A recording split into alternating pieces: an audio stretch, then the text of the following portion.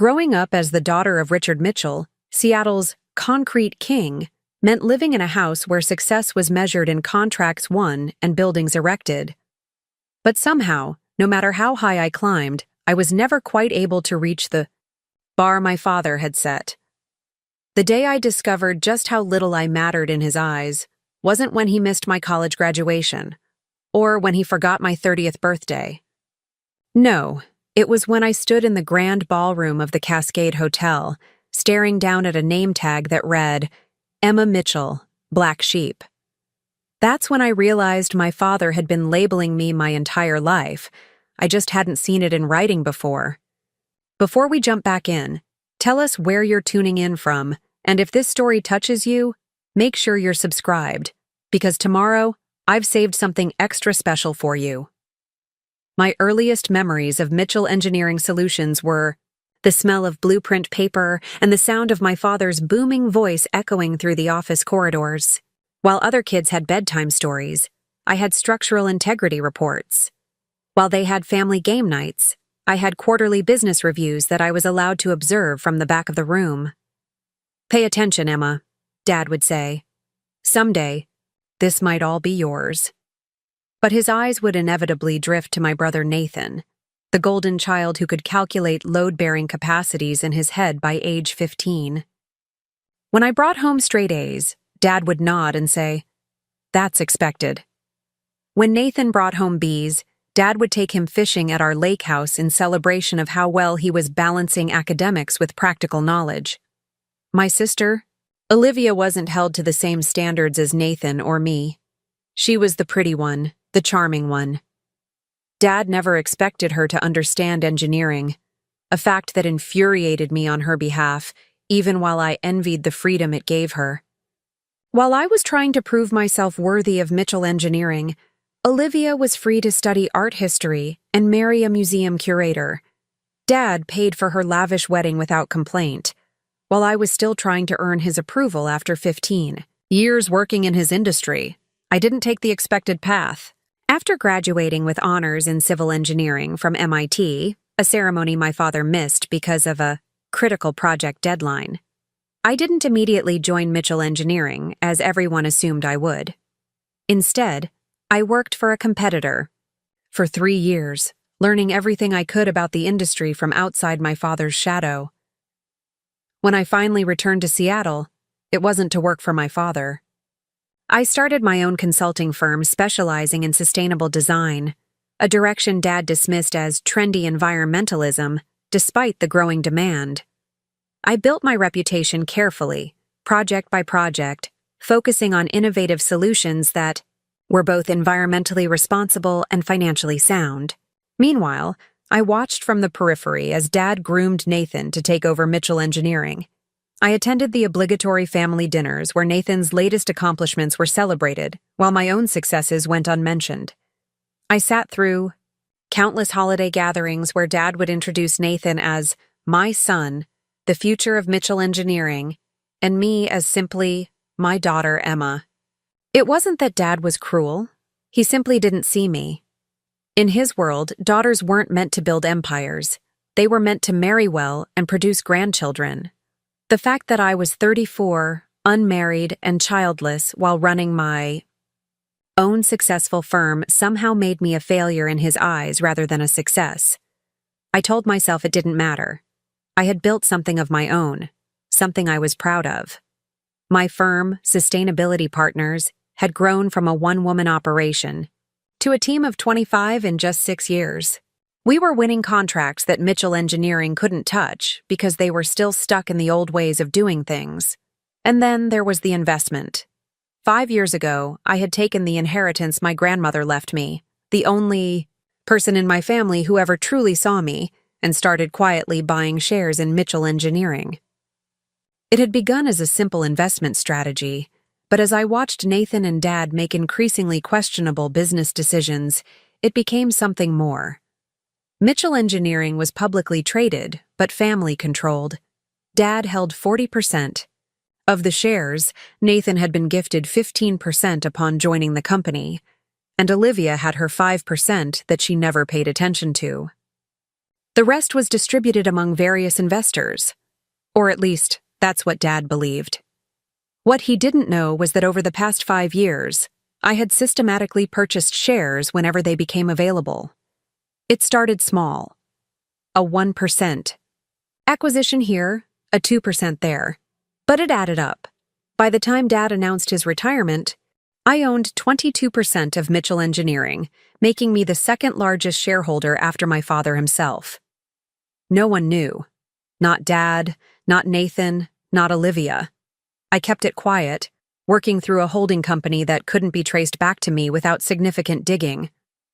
It wasn't that I planned to take over. I loved my own company too much to abandon it. But I wanted protection, insurance, a seat at the table if I ever needed it. When Dad's retirement party invitation arrived, embossed in gold on heavy cardstock, I felt a momentary softening. Perhaps this was an olive branch. Perhaps after all these years he was finally ready to acknowledge my success. The invitation was formal but included a handwritten note. Emma, it would mean a lot to have all my children there. Dad. All his children. Such a simple phrase, but it made my heart ache with a longing I thought I'd outgrown. Maybe, just maybe, things were changing. I spent more on my outfit for that party than I'd spent on clothes all year. A tailored charcoal suit that conveyed both femininity and authority. Pearl earrings that had belonged to my grandmother. Subtle makeup that highlighted my features without being flashy. I wanted to look successful, confident, someone even Richard Mitchell couldn't dismiss. The Cascade Hotel ballroom was transformed for the occasion. Crystal chandeliers reflected light onto tables adorned with blue and silver.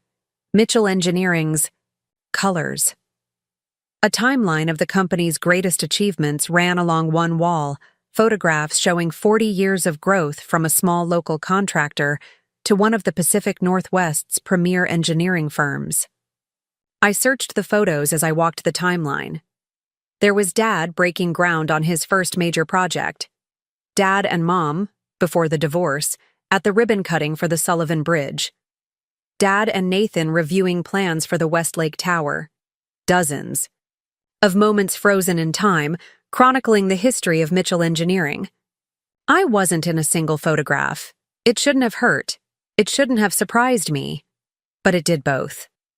I made my way to the registration table, forcing a smile as I approached the young woman with a tablet and a spread of name tags. Emma Mitchell, I said. I'm Richard's daughter. She brightened. Oh yes, Ms. Mitchell. We have your place card right here. She handed me a name tag, and I looked down to see Emma Mitchell, Black Sheep, printed in elegant script. I blinked. Certain I'd misread it. But no, there it was. Black Sheep. Not founder of Sustainability Partners, not Richard's daughter, not even just my name. Black Sheep. Is something wrong? The young woman asked, noticing my expression. Did my father approve these name tags? I asked, my voice surprisingly steady despite the roaring in my ears. She checked her tablet. Yes, Mr. Mitchell personally reviewed the final list yesterday. I see, thank you. I pinned the name tag to my lapel, a strange calm settling over me. So this was how my father saw me. This was what he wanted his colleagues, friends, and business partners to see when they looked at me. The family disappointment. The failure. The black sheep. In that moment, something crystallized inside me. All the years of seeking approval, of making excuses for him, of telling myself that his opinion didn't matter, they fell away. What remained was clarity, and with clarity came purpose. I straightened my shoulders, secured the name tag prominently on my lapel, and walked into the ballroom where my father's legacy was being celebrated.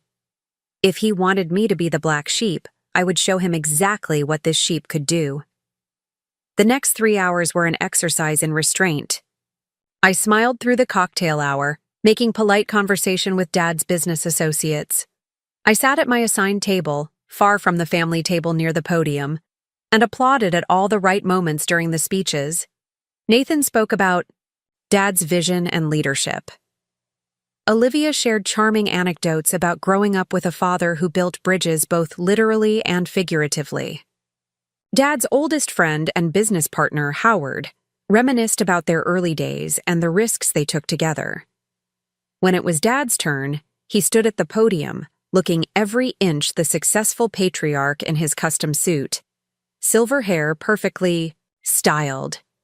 He spoke about legacy, about building something that would outlast him. He thanked his children, looking directly at Nathan and Olivia, for carrying on his work in their own ways. I sat with my hands folded in my lap, my face a pleasant mask, the name tag like a burning brand against my chest. After the speeches, as dessert was being served, the MC announced that there would be an open mic for anyone wishing to share memories or well wishes for the man of the hour. Without allowing myself to reconsider, I stood and made my way to the podium. Dad's expression was surprised but not displeased as I took the microphone. Preparing and narrating this story took us a lot of time, so if you are enjoying it, subscribe to our channel. It means a lot to us. Now back to the story. Perhaps he thought I was finally going to play my part, the dutiful daughter offering bland congratulations despite years of neglect. In his world, appearances mattered above all else.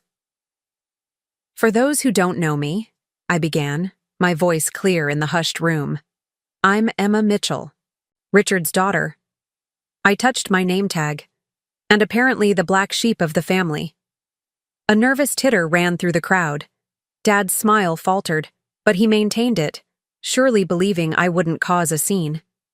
I've been thinking about legacy tonight, I continued, about what we build, what we leave behind, and who we become in the process. My father built an impressive company, there's no denying that. But while he was building Mitchell Engineering, he was also building something else, a wall between himself and me. The room was silent now, the discomfort palpable. I could see Nathan shifting in his seat, Olivia staring down at her plate. Dad's smile had disappeared entirely. I tried for years to scale that wall, to prove I was worthy of the Mitchell name, despite not fitting the mold my father had created. I worked harder, studied longer, built my own successful company from nothing, all while hoping for even a fraction of the recognition Nathan received simply for showing up. I paused, meeting my father's gaze directly. When I received my invitation to this party, I thought perhaps things had changed, that after all these years there might finally be room for me in your vision of our family. And then I saw this. I unpinned the name tag and held it up for everyone to see. Black sheep, not engineer, not entrepreneur, not even simply daughter. Black sheep. Murmurs rippled through the crowd. Dad had half risen from his seat, his face darkening. I raised my hand slightly, asking for the chance to finish. Surprisingly, he sank back into his chair. I accepted long ago that I would never be the favorite child, Dad. But I never thought I'd be the family joke, especially not at your retirement celebration. It makes me wonder what else you might be misjudging. Like, for instance, the financial stability of the company you're handing over to Nathan. That got his attention, Nathan's too. What do you mean? Dad called out, forgetting the microphone didn't reach him. I smiled, the kind of smile I'd learned from him, polite, cold, and entirely strategic. I mean that while you've been dismissing me and my trendy environmentalism, I've been watching Nathan approve expansions into markets that are already saturated, ignore innovative technologies that could save the company millions, and worst of all, use company funds to support his personal ventures. Nathan stood now, his face flushed. That's a lie, he shouted. Is it? I countered calmly. The Westridge development project is hemorrhaging money because you didn't conduct proper environmental surveys. The Jefferson Street high-rise is using outdated materials that will need to be replaced within 5 years. And let's not forget about Olivia's husband's museum, which mysteriously received a $2 million donation from Mitchell Engineering, despite the company's policy against cultural philanthropy. The room erupted into shocked conversations. Dad was on his feet now, striding toward me, but I wasn't finished. What you don't know, Dad, what none of you know, is that while you've been ignoring me, I've been paying very close attention to Mitchell Engineering, close enough to purchase 22% of the company's shares. Dad stopped mid-stride, his face draining of color. That's right, I continued, my voice steady. As of this morning, I am the second largest shareholder of Mitchell Engineering. And as a significant shareholder, I'm calling for a full audit of the company's finances and operations before the official transition of power. I looked around the room, at the sea of shocked faces, at my siblings' expressions of disbelief and anger, at my father's stunned silence. I didn't want it to be this way, I said, my voice softer now.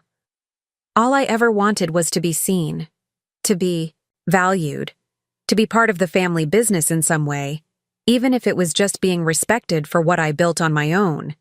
Instead, I got this. I held up the name tag again. So now, we'll do things my way. I placed the microphone back in its stand and walked through the silent ballroom, past my father who seemed rooted to the spot, past Nathan whose face had gone from red to white, past Olivia who was clutching her husband's arm. As I reached the yaw, "Darter," I turned back once more. "The board meeting is Monday at 9. I'll be there, and I suggest you all be prepared." I walked out of the Cascade Hotel into the cool Seattle night, drawing a deep breath of damp air. For the first time in years, perhaps ever, I felt free. The weight of seeking my father's approval had lifted, replaced by something else. Not revenge, exactly. More like justice. My phone started ringing before I even reached my car. Nathan, then Olivia, then Dad. I silenced them all, slipping the phone back into my purse as I drove home through the rain-slicked streets. Tomorrow would bring confrontation, explanations, possibly even legal threats. But tonight, I had said my piece. I had claimed my power. And for once, Richard Mitchell was the one left wondering what would happen next. The black sheep had finally found her voice, and Mitchell Engineering would never be the same. The rain intensified as I drove back to my apartment, matching the storm brewing inside me. My phone continued to vibrate without pause, lighting up with notifications, missed calls, voicemails, text messages demanding explanations. I ignored them all. They'd had decades to listen to me. They could wait a few more hours.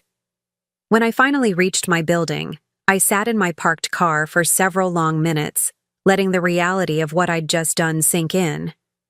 The engine ticked as it cooled, raindrops drummed against the roof, and somewhere in the distance, thunder rumbled. I'd thrown down a gauntlet I couldn't take back. After years of quiet acquiescence, I had publicly challenged my father, exposed my siblings' misdeeds, and revealed my hidden power play. There was no undoing it now. My apartment welcomed me with silence, a stark contrast to the chaos I'd left behind at the Cascade Hotel. I kicked off my heels, hung up my rain-dampened suit jacket, and poured myself a generous glass of whiskey. The amber liquid caught the light as I raised it in a silent toast to my grandmother. She had been the only one to see my potential, leaving me the inheritance that had made tonight possible. "You were right, Gran," I whispered.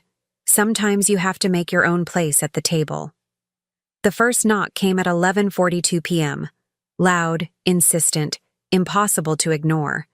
I knew it was my father before I even checked the peephole. Richard Mitchell didn't wait for invitations. He demanded entry into spaces the same way he demanded attention in rooms. I opened the door and found him standing there still in his tuxedo, though his bow tie hung undone around his neck. His silver hair was disheveled. Whether from the rain or from running his hands through it in frustration, I couldn't tell. What struck me most was his expression.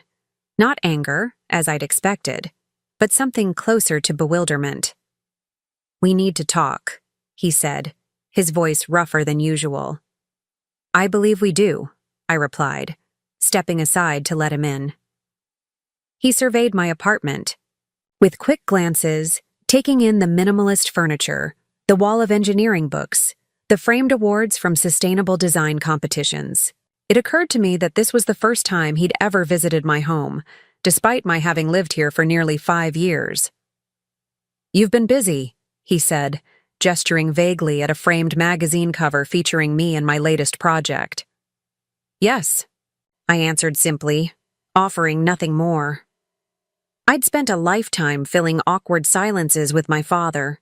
Tonight, I would let him do the work. He paced a few steps, hands in his pockets, suddenly looking older than his 65 years. 22%, he finally said. "How did you manage that without anyone noticing?" "Carefully," I replied, taking a seat on my sofa and indicating he should sit as well. "And with patience, something I've had abundant practice with." He remained standing. "Why, Emma? If you wanted a position in the company, you could have just asked. There was no need for whatever this is." The audacity of his statement nearly made me laugh. Asked? Like I asked to join the company. After graduating from MIT, like I asked to have my sustainable design proposals considered? Like I asked to be treated as something other than an afterthought at family gatherings? That kind of asking? He had the grace to look uncomfortable, but only briefly. "That was different. You were young, inexperienced. I was top of my class with innovative ideas that could have transformed Mitchell Engineering years ago," I cut in, my voice leveled despite the anger simmering beneath. Nathan was welcomed with a corner office and a vice presidency straight out of college with a 3.2 GPA. The difference wasn't experience, Dad. It was that I didn't fit your idea of what a Mitchell should be. He sighed heavily, finally taking a seat in the armchair across from me. "Is that what this is about? Some perceived slight from years ago? You've built your own successful company. I never stood in the way of that." "No, you just ignored it completely," I replied. "And it's not about a slight. It's about the name tag." His brow furrowed. "What name tag?"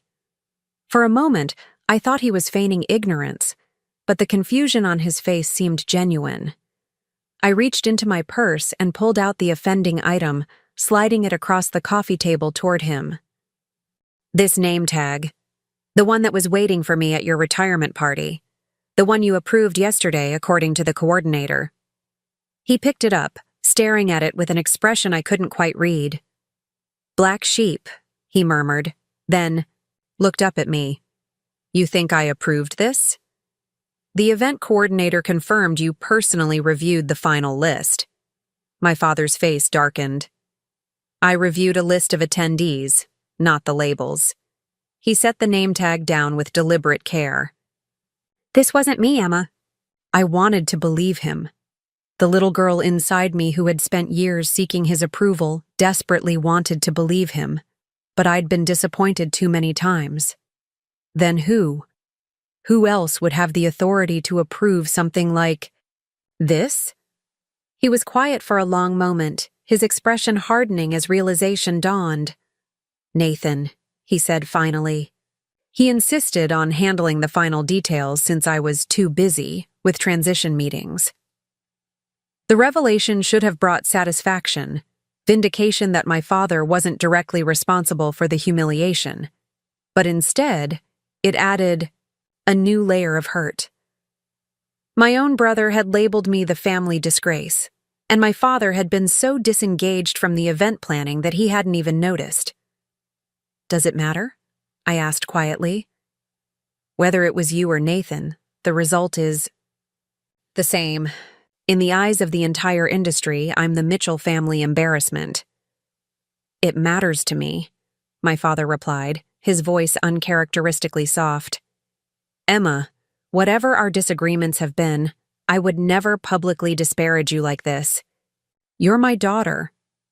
I let his words hang in the air between us, testing their weight, searching for the ring of truth. Part of me wanted to believe him, but the rational part, the part that had built a business from scratch and secretly acquired 22% of Mitchell Engineering, knew that intentions meant little compared to actions. "Even if you didn't approve the name tag," I said finally, You've spent decades treating me like I was less important than Nathan, less valuable to the family legacy. You missed my graduation, my business launch, every significant milestone in my career. You dismissed my expertise, ignored my accomplishments, and made it clear that no matter what I achieved, it would never be enough to earn a real place in the Mitchell family business. My father's shoulders slumped slightly. For the first time in my memory, Richard Mitchell appeared at a loss for words. The Lion of Seattle engineering, the man who could convince city councils and investors to back his vision with a few well-chosen sentences, sat silent in my living room. "I never meant," he began, then stopped himself. "No, that's not right. I can't say I never meant to hurt you because I clearly did, whether I intended to or not." He looked up at me, his blue eyes, so like my own, rimmed with uncharacteristic emotion. "What I can say is that I've made mistakes, Emma, more than I realized." Under different circumstances, this admission might have been enough, the closest thing to an apology I'd ever received from my father. But too much had happened, too many years of neglect layered upon each other, culminating in tonight's public confrontation. A simple acknowledgement of mistakes couldn't erase decades of feeling invisible. "Mistakes," I echoed. "Like allowing Nathan to mismanage company resources? Like turning a blind eye to Olivia's husband using Mitchell Engineering as his personal arts endowment? Those kinds of mistakes?" My father's expression hardened again. "Those are serious accusations, Emma. If you have evidence—" "I have extensive documentation," I interrupted. "Financial records, project reports, comparative analyses of expenditures versus outcomes. I didn't spend 5 years quietly acquiring shares without also paying attention to how the company was being run." He studied me with new eyes, as though seeing me clearly for the first time. "You really have been busy. I learned from watching you, Dad, the importance of thorough research, meticulous documentation, and strategic planning. You taught me well, even if you never realized you were teaching me at all." A hint of something like pride flickered across his face, quickly replaced by caution. "What exactly do you want, Emma? Control of the company? Nathan's position? Revenge?" I shook my head. "I want accountability.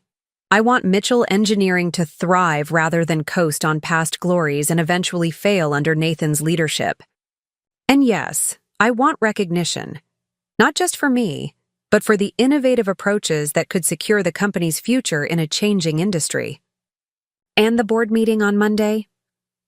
"That's happening," I confirmed. "I've already contacted key board members. We'll review the financial documentation, discuss the company's direction, and make decisions about leadership going forward." He nodded slowly, processing. "And if I asked for time to review your evidence before the meeting? To verify your claims about Nathan's mismanagement?" I considered this. It was a reasonable request, and despite everything, I didn't want to destroy my father's legacy or the company that bore our name. I wanted to improve it, to help it evolve, to make it worthy of the reputation it had once deserved. "I can send you the key files tonight," I said. "But the meeting stands. This has gone on too long, Dad. It's time for change."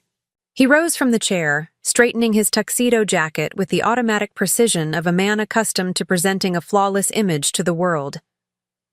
"I'll review whatever you send. And Emma." He paused, seeming to struggle with what he wanted to say next. "For what it's worth, I am proud of what you've built.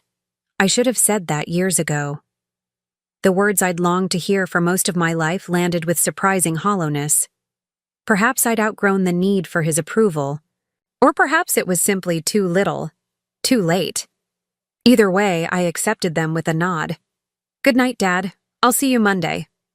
After he left, I sent the promised files, years of careful analysis and documentation detailing Nathan's questionable decisions, Olivia's husband's misappropriation of funds, and my proposals for correcting course. It was nearly 2 a.m. by the time I finished, but I felt oddly energized, as though I'd shed a weight I'd been carrying for too long. The weekend passed in a blur of preparation and avoided calls. Nathan tried repeatedly to reach me, his messages growing increasingly desperate. As Sunday wore on, Olivia sent a single text. "We need to talk before tomorrow. This affects all of us." I responded to neither. Instead, I focused on refining my presentation for the board, consulting with my lawyer about various scenarios that might unfold, and occasionally checking the financial news to see if any hint of Mitchell Engineering's internal drama had leaked to the press. So far, it seemed the story was contained, but Monday's meeting would change that. By Monday morning, I was ready. I arrived at Mitchell Engineering headquarters 30 minutes early, dressed in a navy blue suit that projected both authority and professionalism. The receptionist, a woman who had worked there since I was a child, did a double take when I gave my name. "Miss Emma, I didn't know you were expected today." "I am," I assured her. "The board meeting at 9. Her confusion was evident. "But the board meeting isn't until next week. Today is just the transition ceremony for Mr. Nathan." A cold feeling settled in my stomach. "Check again, please. There should be a special board meeting scheduled for 9 o'clock this morning." She looked through her computer, frowning slightly. "I'm sorry, Miss Emma. There's nothing on the calendar except the transition ceremony at 11. I pulled out my phone, checking the emails I'd exchanged with board members confirming today's meeting. They were all there, clear as day. "Could you call Mr. Howard Brennan, please? He's expecting me." Howard was my father's oldest friend and business partner, one of the few board members I trusted to be impartial. The receptionist made the call, her expression growing increasingly uncomfortable as she listened to whatever was being said on the other end. "Mr. Brennan says—" She hesitated, glancing at me apologetically. "He says the meeting was postponed, at your father's request. All board members were notified last night. Except me. I hadn't been notified because I wasn't considered a real board member, despite my significant ownership stake. The realization that my father had outmaneuvered me, had used the very system I was trying to challenge against me, sent a wave of cold anger through my veins. "I see," I said, keeping my voice level. "And the transition ceremony is at 11? She nodded, relief evident in her expression now that she didn't have to be the bearer of more bad news. "Yes, in the main conference room. It's not a public event, but—" She lowered her voice. "I'm sure no one would mind if you attended. You are Mr. Mitchell's daughter, after all." The irony wasn't lost on me. After years of that connection meaning next to nothing, now it was being offered as a consolation prize, a way to witness my brother's ascension to the throne I'd never been considered for. "Thank you," I said, making a quick decision. "I think I'll do some work in the meantime. Is the 5th floor visitor office available?" "Of course, Miss Emma. I'll have someone bring you coffee." The 5th floor visitor office had been my unofficial workspace whenever I visited Mitchell Engineering in the past, a neutral territory where I could prepare for meetings or review documents without encroaching on anyone's actual office space. It offered privacy, a decent view of the Seattle skyline, and most importantly, access to the company's internal network. Once settled, I began making calls. First to my lawyer, updating him on the situation and requesting he join me at the building as soon as possible. Then to 3 key board members who had expressed support for my concerns, confirming that yes, they had received emails last night canceling the meeting, supposedly at my request due to new information that required verification. My father had played an old game, divide and conquer, sow confusion, buy time. But he had forgotten that I'd been watching him play for years. I knew his strategies, his weaknesses, the limits of his vision, and I had one advantage he'd never anticipated. I understood the digital infrastructure of Mitchell Engineering better than anyone, including Nathan. During my brief time working at the company after college, I had helped modernize their systems, creating backdoor access points that no one had ever thought to close, because no one believed I had the knowledge or motivation to use them. Ethics had prevented me from exploiting these vulnerabilities before, but my father's maneuvering had changed the rules of engagement. With careful keystrokes, I accessed files that detailed the preparations for today's transition ceremony. Nathan was to be officially named CEO. My father would retain his position as chairman of the board, but step back from daily operations. The press release was already prepared, highlighting Nathan's innovative vision and commitment to continuing the Mitchell legacy of excellence.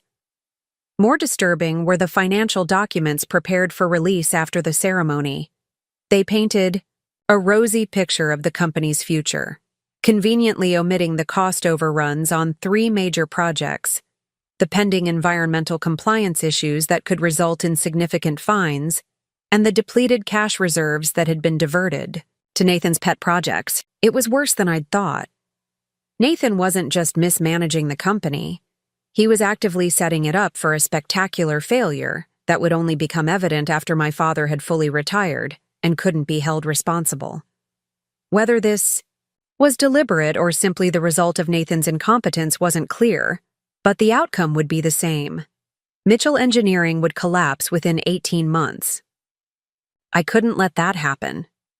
Not just for my financial stake in the company, but for the hundreds of employees whose livelihoods depended on its success, for the legacy my father had spent his life building, and yes, for my own sense of justice. The Mitchell name meant something in this city, and I refused to see it destroyed by my brother's recklessness. My lawyer arrived at 10:15, briefcase in hand and concern evident on his face. Mark Chen had been my legal advisor since I started. Sustainability Partners, a meticulous professional who understood both corporate law and family dynamics. They changed the game on us, he observed after I updated him on the situation. They tried, I corrected, showing him what I'd discovered. But they didn't count on me having this level of access. He reviewed the documents, his expression growing more grave with each page. This is serious, Emma. If Nathan takes control today, and these issues aren't addressed, the company could face not just financial disaster, but potentially legal consequences as well. Exactly, which is why we're going to stop it. Mark looked skeptical. The transition ceremony is in less than an hour. The board has already been misled, and your father clearly doesn't want this confrontation to happen today. It has to be today, I insisted. Once Nathan is officially CEO, he'll have the authority to restructure everything, potentially hiding the evidence of his mismanagement. It's now or never. My lawyer sighed, recognizing the determination in my voice. What's your plan? I outlined it quickly, a 2-pronged approach that would use both legal and technical leverage. Mark would formally serve notice of my intent to exercise my rights as a significant shareholder, invoking rarely used but entirely valid bylaws that required transparency in leadership transitions. Meanwhile, I would ensure that certain documents became impossible to ignore during the ceremony itself. At 10:45, we made our way to the main conference room. Staff were still setting up, arranging chairs theater-style facing a small stage where my father, Nathan, and key board members would sit. A podium centered on the stage held the company logo, the stylized M that had been part of my life for as long as I could remember.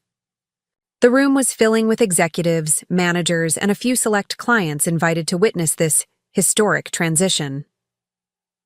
I spotted Olivia and her husband near the front, both looking uncomfortable. Howard Brennan stood with a small group of board members, his expression troubled as he caught sight of me entering the room. My father and Nathan had not yet arrived. According to tradition, they would make their entrance at exactly 11, symbolizing precision and reliability, core values of Mitchell Engineering. We took seats near the back, and Mark quietly left to deliver our legal notice to the company. Secretary. I opened my laptop, connecting to the presentation system that had been set up to display the carefully choreographed slides celebrating Nathan's achievements and outlining his vision for the company's future. With a few keystrokes, I added my own slides to the queue. Documents showing the true state of key projects, financial statements revealing the diverted funds, and most damaging of all, emails between Nathan and Olivia's husband discussing how to disguise their use of company resources for personal gain. At precisely 11 out, the room fell silent as my father and Nathan entered, both impeccably dressed in nearly identical charcoal suits with Mitchell blue ties. They looked confident, assured, completely unaware that their carefully planned ceremony was about to be derailed. The company secretary approached them as they reached the stage, handing my father a document with a concerned expression. I watched as he read it, his face darkening. He looked up, scanning the room until his eyes found me. I met his gaze steadily, refusing to look away. Nathan, oblivious to the exchange, took his place at the podium and began his prepared remarks. Good morning, everyone. Today marks an important milestone in the history of Mitchell Engineering. I let him continue, watching my father lean over to speak urgently with Howard Brennan and another board member. They glanced in my direction, their expressions a mix of confusion and concern. Nathan was now discussing his vision for innovation when the first of my slides appeared on the screen behind him. It showed a stark comparison between the reported budget for the Westridge project and the actual expenditures, with a shortfall of over $2 million highlighted in red.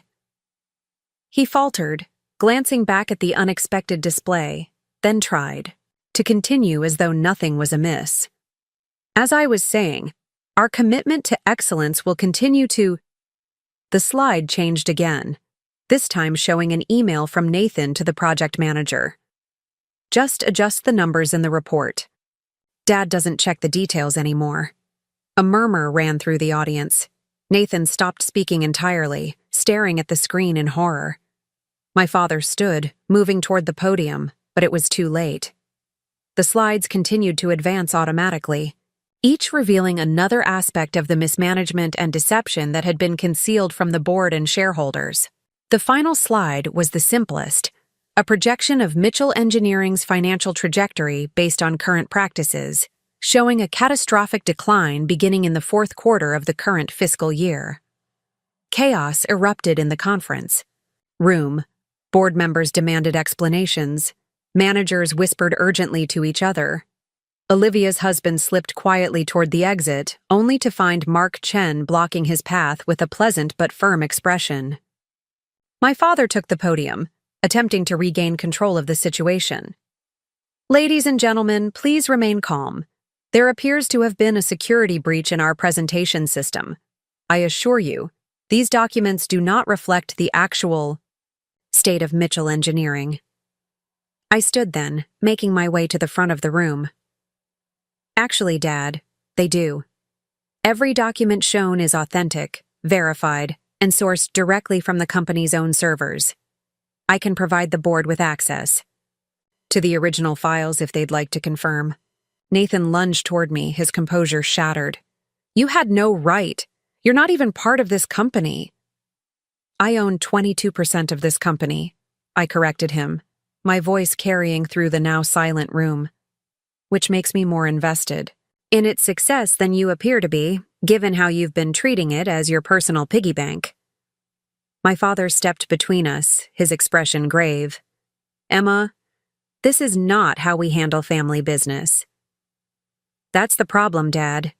You've always treated it as family business rather than a business that happens to be run by family. There's a difference. One that affects every employee, client, and shareholder represented in this room. Howard Brennan cleared his throat, stepping forward. I believe we need to adjourn this ceremony and reconvene the board immediately. Richard, given the circumstances, it would be inappropriate to proceed with the leadership transition until these allegations have been properly investigated. My father looked from Howard to me, then to Nathan, who stood pale and silent by the podium. For a moment, I thought he might defy logic and proceed anyway, protecting Nathan at all costs as he had always done. But decades of business instinct prevailed. "The transition ceremony is postponed," he announced to the room. "Board members, please proceed to the executive conference room. The rest of you are dismissed until further notice." As the room emptied, buzzing with shocked conversations, Nathan approached me, his voice low and venomous. "You've ruined everything. All because you couldn't stand not being the center of attention for once." I met his gaze calmly. "No, Nathan. You ruined things by believing you could run a company without actually earning the right to lead it. The difference between us isn't that I wanted attention.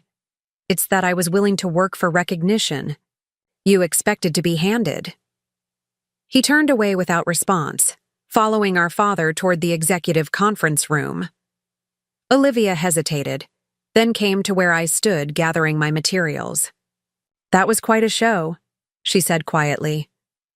"It wasn't meant to be a show," I replied. "It was meant to be the truth." She nodded, considering this. "You know, I never wanted any part of the company. Dad never expected me to be involved, and I was fine with that." "I know, and I'm not blaming you for that, Olivia. But your husband's museum projects—" "I had no idea," she interrupted, her expression pained. "I swear, Emma, Michael told me they had corporate sponsors. I never dreamed he was using company funds." She twisted her wedding ring nervously. "Though perhaps I should have asked more questions." I softened slightly. Olivia had never been cruel, just privileged in a different way than Nathan, exempt from expectations rather than crushed by them. "We'll sort it out. The goal isn't to destroy the family or the company. It's to save both, if possible." She offered a tentative smile. "You know, in a strange way, I've always admired you. You never let Dad define who you were or what you could do. I wish I'd had that courage." Her words surprised me, an unexpected moment of connection in the midst of conflict. "It's never too late to find it," I told her, gathering my laptop. "Now I have a board meeting to attend." As I walked toward the executive conference room, Mark fell into step beside me. "Ready for this?" he asked. I took a deep breath, feeling the weight of the moment. Years of being dismissed, overlooked, and underestimated had led to this confrontation. But it wasn't about revenge anymore. It was about responsibility, accountability, and finally being seen not as the black sheep, but as a Mitchell worthy of the name. "I've been ready my entire life," I answered, and pushed open the door to face my father, my brother, and the future of Mitchell Engineering. The executive conference room had always seemed imposing to me as a child, a sacred space where my father and his inner circle made decisions that shaped skylines and redirected rivers. Now, as I took my seat at the polished mahogany table, I realized it was just a room, and the men and women seated around it were just people, talented, experienced, but ultimately fallible. 8 board members had assembled, along with my father, Nathan, and Howard Brennan, who served as both chief financial officer and vice chairman. Their expressions ranged from open hostility, Nathan, to careful neutrality, most of the board, to something approaching respect, Howard. My lawyer, Mark Chen, sat slightly behind me, a professional presence that underscored the seriousness of the situation. My father called the meeting to order, his voice steady despite the chaos of the past hour. "We find ourselves in an unprecedented situation," he began, glancing briefly in my direction. "Serious allegations have been made regarding the company's financial management and project oversight, allegations that must be addressed before we can proceed with any leadership transition." "Allegations isn't the right word," I interjected, opening my laptop. "These are documented facts drawn directly from Mitchell Engineering's own records.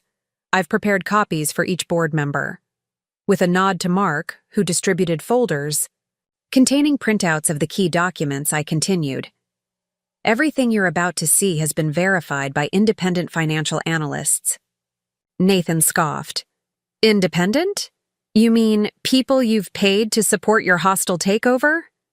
This isn't a takeover, Nathan, I replied evenly.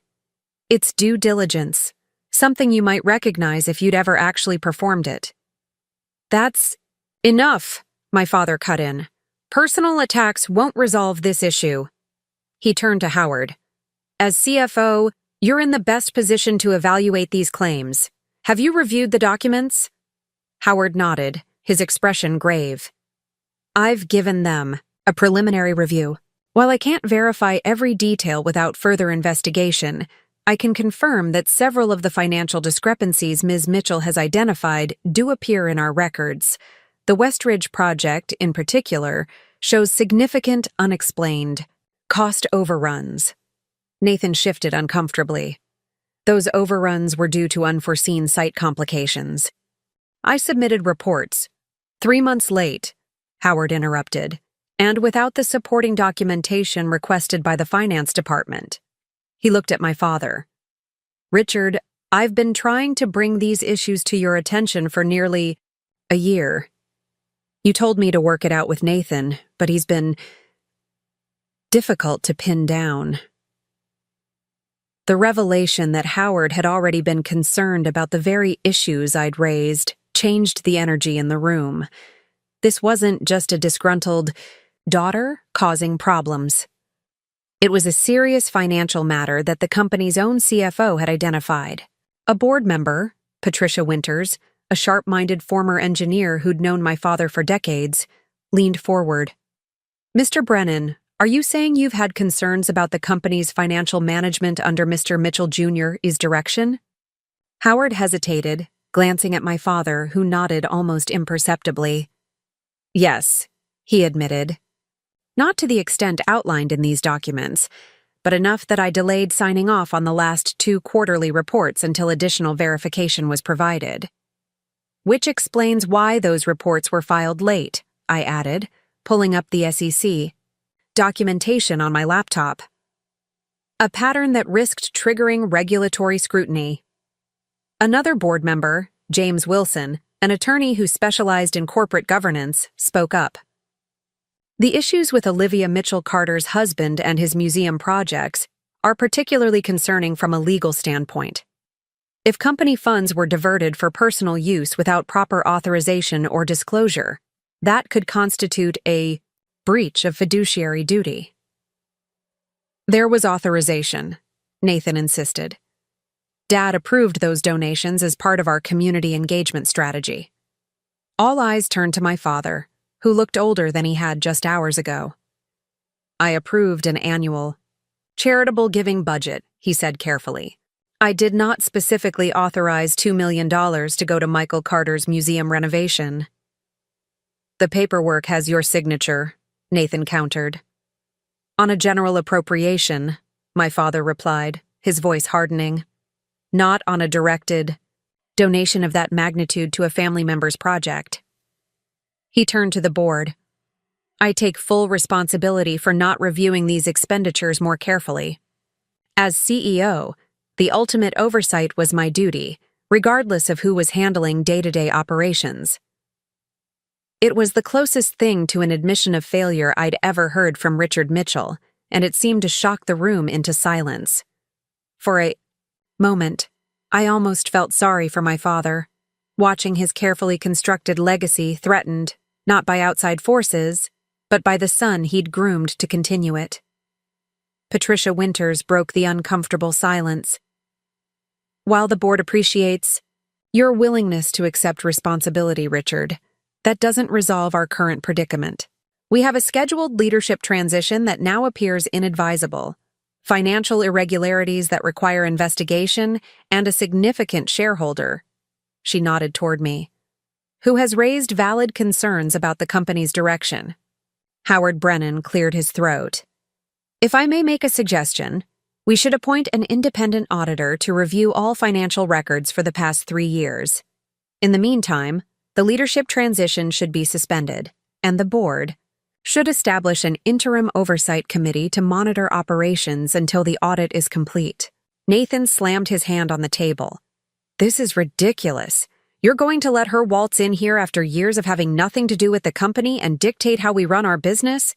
She doesn't even work here. I own 22% of Mitchell Engineering, I reminded him calmly. That gives me both a vested interest in its success and certain rights as a shareholder. Rights I'm prepared to exercise if necessary. I turned to address the board directly.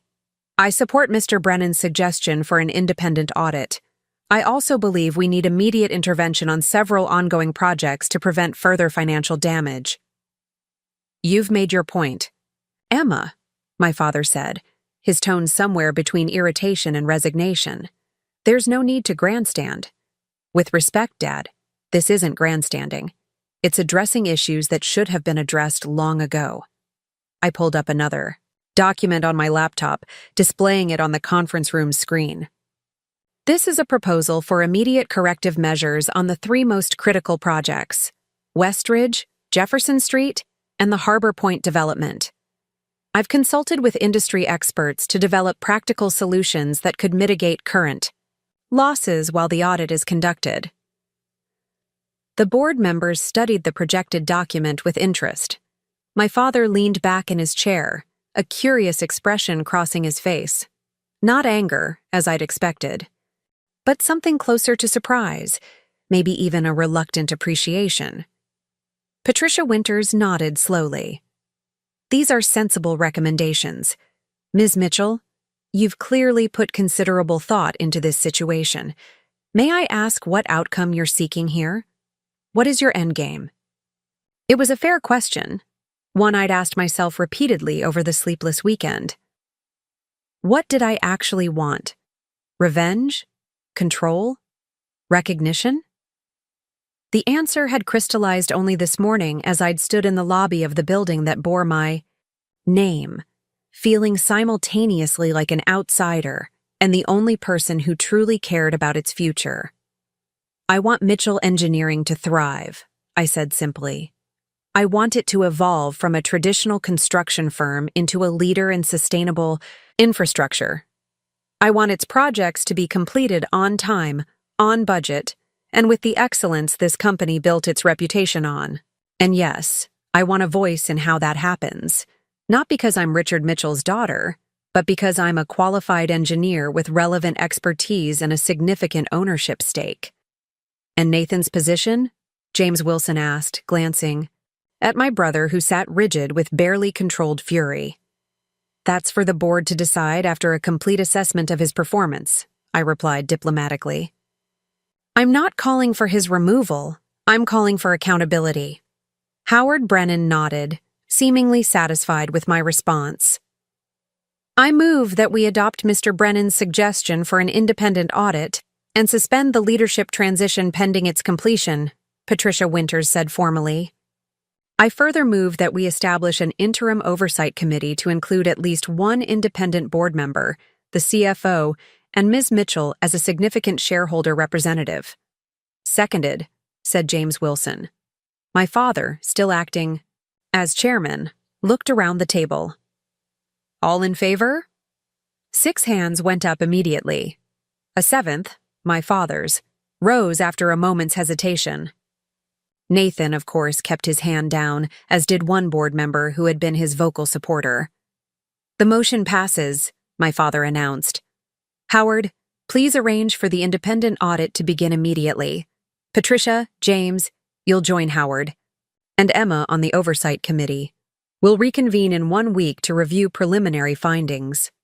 He glanced at his watch. This meeting is adjourned. As people gathered their materials and began to file out, Nathan leaned across the table toward me. You won't get away with this, he hissed, quiet enough that only I could hear. You think you've won, but you have no idea what you're getting into. I met his gaze steadily. I know exactly what I'm getting into, Nathan. The question is whether you ever did. He pushed away from the table and stormed out, leaving me alone with my father, who stood by the window, looking out at the Seattle skyline, a view punctuated by buildings that Mitchell Engineering had helped create. You planned this, he said without turning around. All of it. The shares, the documentation, the intervention at the ceremony. How long have you been working on this? 5 years, I admitted, gathering my papers. Though to be fair, I didn't initially plan to disrupt Nathan's ascension quite so dramatically. The name tag was inspirational. He turned then, a hint of a rueful smile touching his lips. You're more like me than I realized. Strategic, thorough, willing to play the long game. He shook his head slightly. I should have seen it. You weren't looking, I replied, neither an accusation nor an apology, simply a fact. He nodded, acknowledging the truth of it. And now? Now we fix what's broken, I said, closing my laptop. Starting with the Westridge project. I've already contacted Sebastian Reyes. He's the best environmental engineer in the region, and he can help us address the groundwater issues before they become a regulatory nightmare.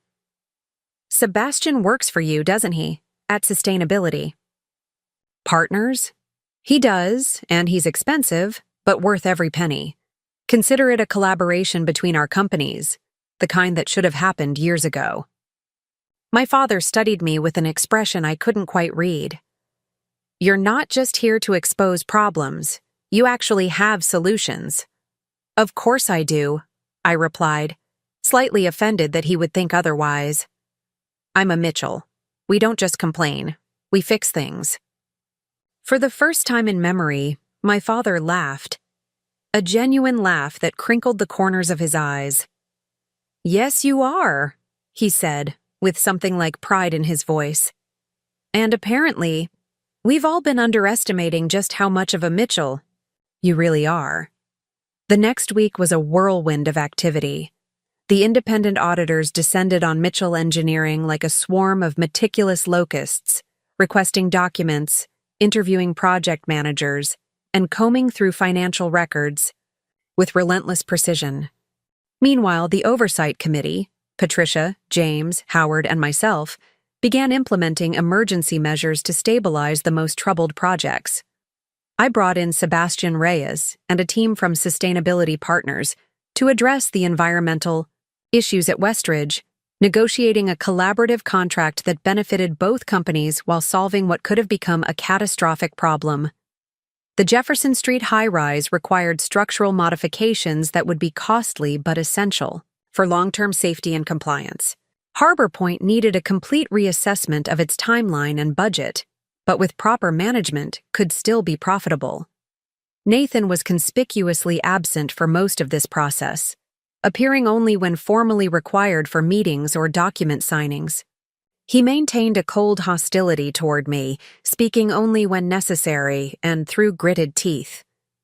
Olivia, on the other hand, surprised me by offering her support in addressing the museum funding issue. She and Michael had agreed to return the misappropriated funds, structuring it as a personal loan that they would repay over time. My father occupied a strange middle ground, not actively opposing my efforts, but not fully embracing them either. He attended every meeting, asked pertinent questions, and occasionally offered insights from his decades of experience, but there was a reserve in his manner, a careful distance that suggested he was still processing the dramatic shift in family and company dynamics.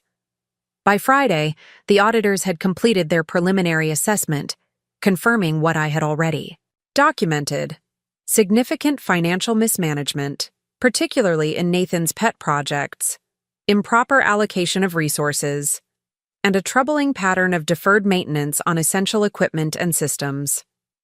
The Oversight Committee scheduled an emergency board meeting for Monday morning to present these findings and discuss next steps. I spent the weekend at my apartment, preparing my recommendations for restructuring Mitchell Engineering's leadership and project management systems. It was exhausting, detailed work, but for the first time in my professional life, I felt my expertise was being truly valued, not because I had forced the issue, but because the quality of my work had become impossible to ignore. Sunday evening, as I was finalizing my presentation, my doorbell rang. I wasn't expecting anyone, and after the events of the past week, I was wary of unexpected visitors. Checking the peephole, I was surprised to see my father standing in the hallway, looking uncharacteristically casual in jeans and a sweater, rather than his usual tailored suit. "Dad," I said as I opened the door, Is everything all right? Everything's fine, he assured me. I was hoping we could talk. Not about tomorrow's meeting, just talk. Intrigued, I invited him in.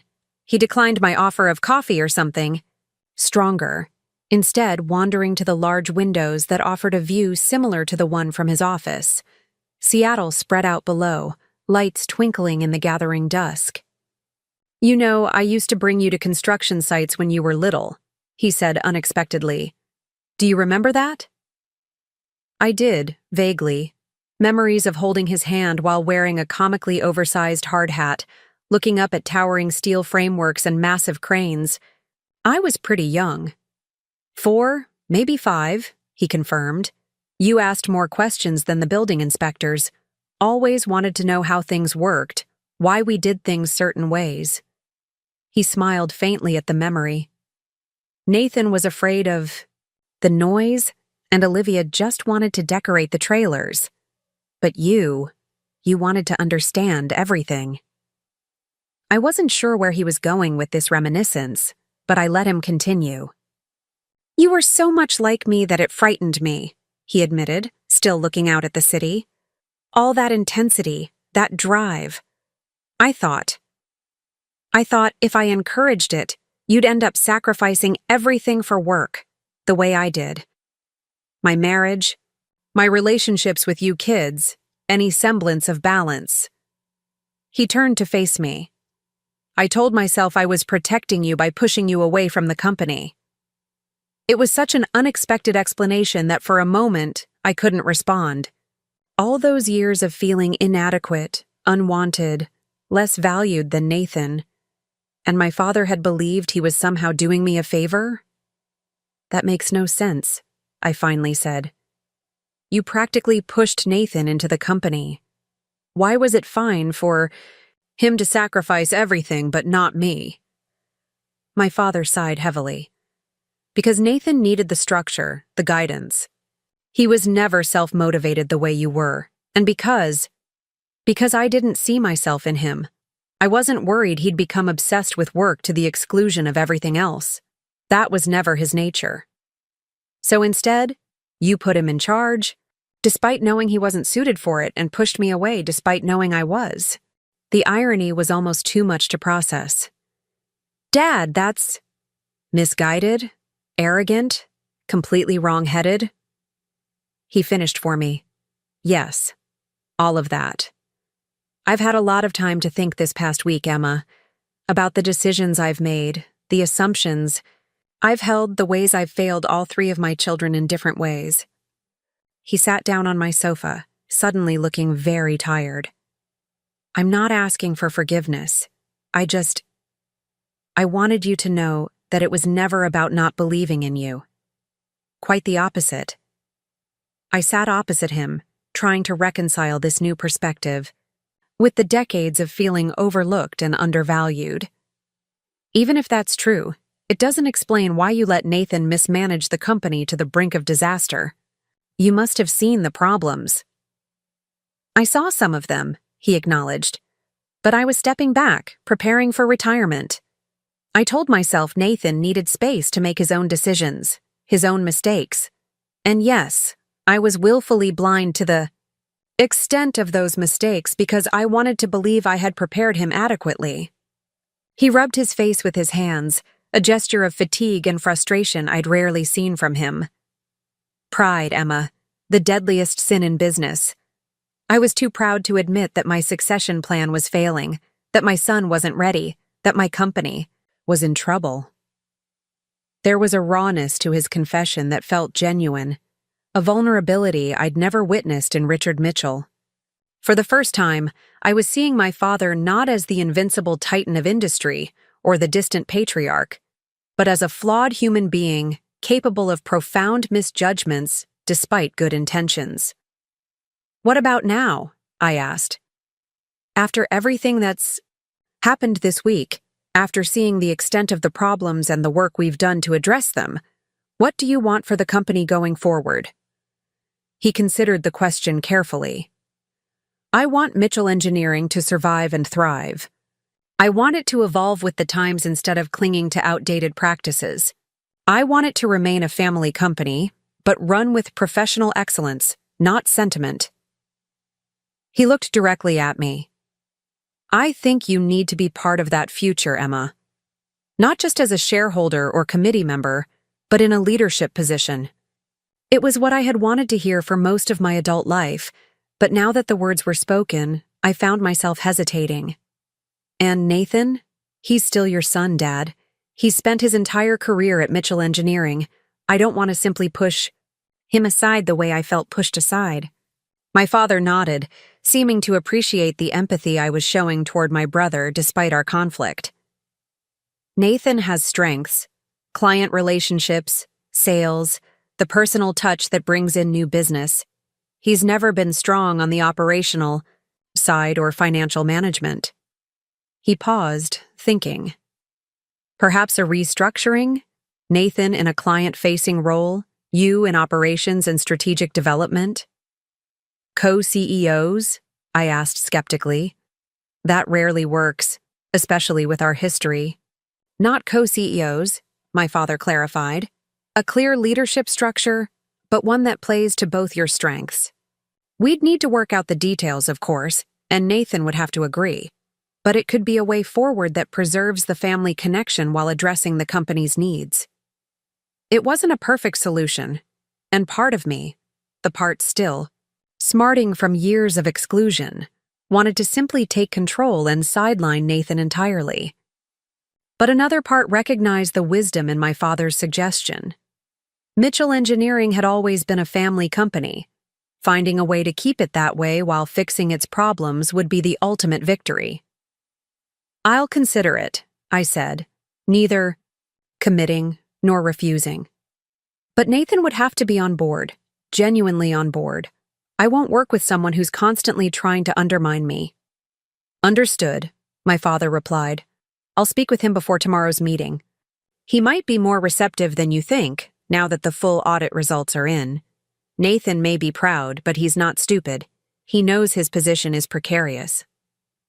We talked for another hour, reviewing the preliminary audit findings and discussing potential restructuring options. It was the most constructive, respectful conversation I'd ever had with my father. Two professionals discussing business strategy, neither of us trying to prove anything to the other. As he prepared to leave, he paused at the door. You've built something impressive with sustainability partners, he said.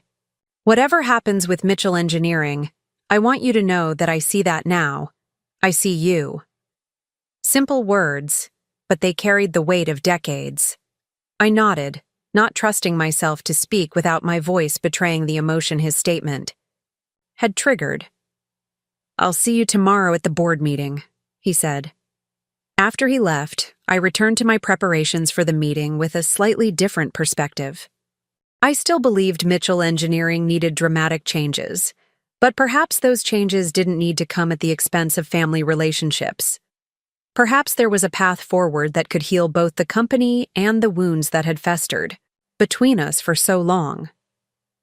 The black sheep name tag that had sparked this confrontation still sat on my desk, a reminder of how a small slight had catalyzed a long-overdue reckoning. I picked it up, turning it over in my hands. The irony wasn't lost on me. Being labeled the black sheep had finally given me the opportunity to prove I was a Mitchell through and through. Monday morning arrived with a clarity of purpose I hadn't felt before. I dressed with care in a charcoal suit similar to the ones my father favored, gathered my presentation materials, and headed to Mitchell Engineering headquarters for the board, meeting that would determine the company's future, and my place in it. The reception area was buzzing with nervous energy when I arrived. Staff spoke in hushed tones, clearly aware that something significant was happening behind the closed doors of the executive suite. I nodded politely to the receptionist, who gave me a tentative smile in return. The board is already gathering. In the main conference room, Miss Emma, she informed me.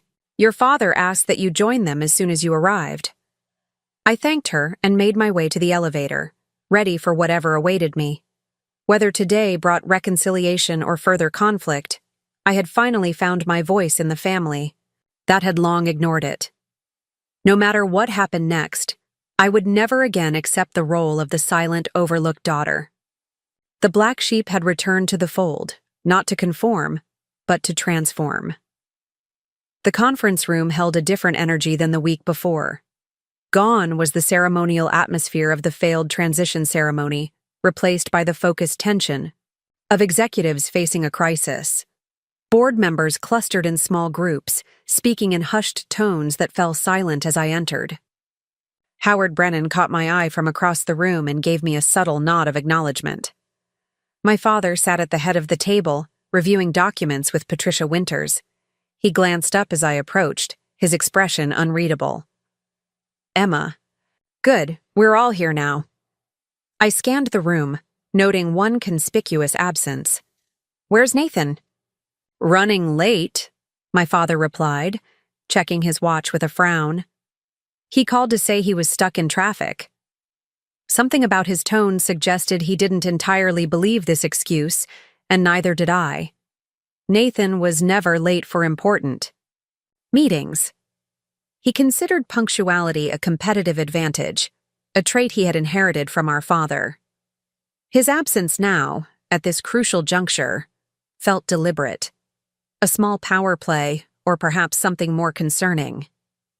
I took my seat and arranged my presentation materials, exchanging greetings with the board members as they settled around the table. Most seemed cordial, even respectful, a marked change from the wariness they had shown just a week earlier. The preliminary audit findings had clearly made an impression. At precisely 9:05, my father called the meeting to order, unwilling to wait any longer for Nathan. Good morning, everyone.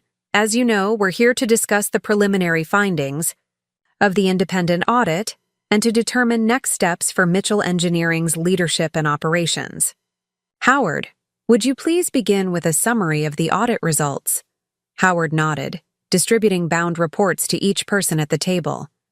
The findings are detailed in the documents before you, but I'll highlight the key issues. First, we've identified significant financial mismanagement in 3 major projects, Westridge, Jefferson Street, and Harbor Point, resulting in cost overruns exceeding $8 million combined. A murmur ran through the room. Even those who had seen the initial evidence seemed shocked by the final tally. Second, Howard continued, we've discovered unauthorized fund transfers to several external entities, including $2 million, to the Pacific Northwest Heritage Museum renovation project, which represents a clear conflict of interest given Michael Carter's position as the museum's director and his relationship to the Mitchell family. James Wilson, the attorney on the POW. Board leaned forward. Has there been any explanation for these transfers? Mr. Mitchell Jr. claims they were approved as part of the company's community engagement initiatives, Howard replied, his tone neutral but his expression skeptical. However, we have not found documentation of proper board approval for donations of this magnitude, nor do they align with the company's established philanthropic guidelines. What about the operational issues? Patricia Winters asked, turning to the relevant section in her report. Howard grimaced slightly. That's where things become even more concerning. Critical maintenance has been deferred on major equipment, safety protocols have been inconsistently applied across job sites, and several key technical positions have remained unfilled despite project requirements. The audit team believes these issues stem from prioritizing cost-cutting over operational integrity. The door opened, and Nathan finally entered, immaculately dressed, but with a tightness around his eyes that betrayed his stress.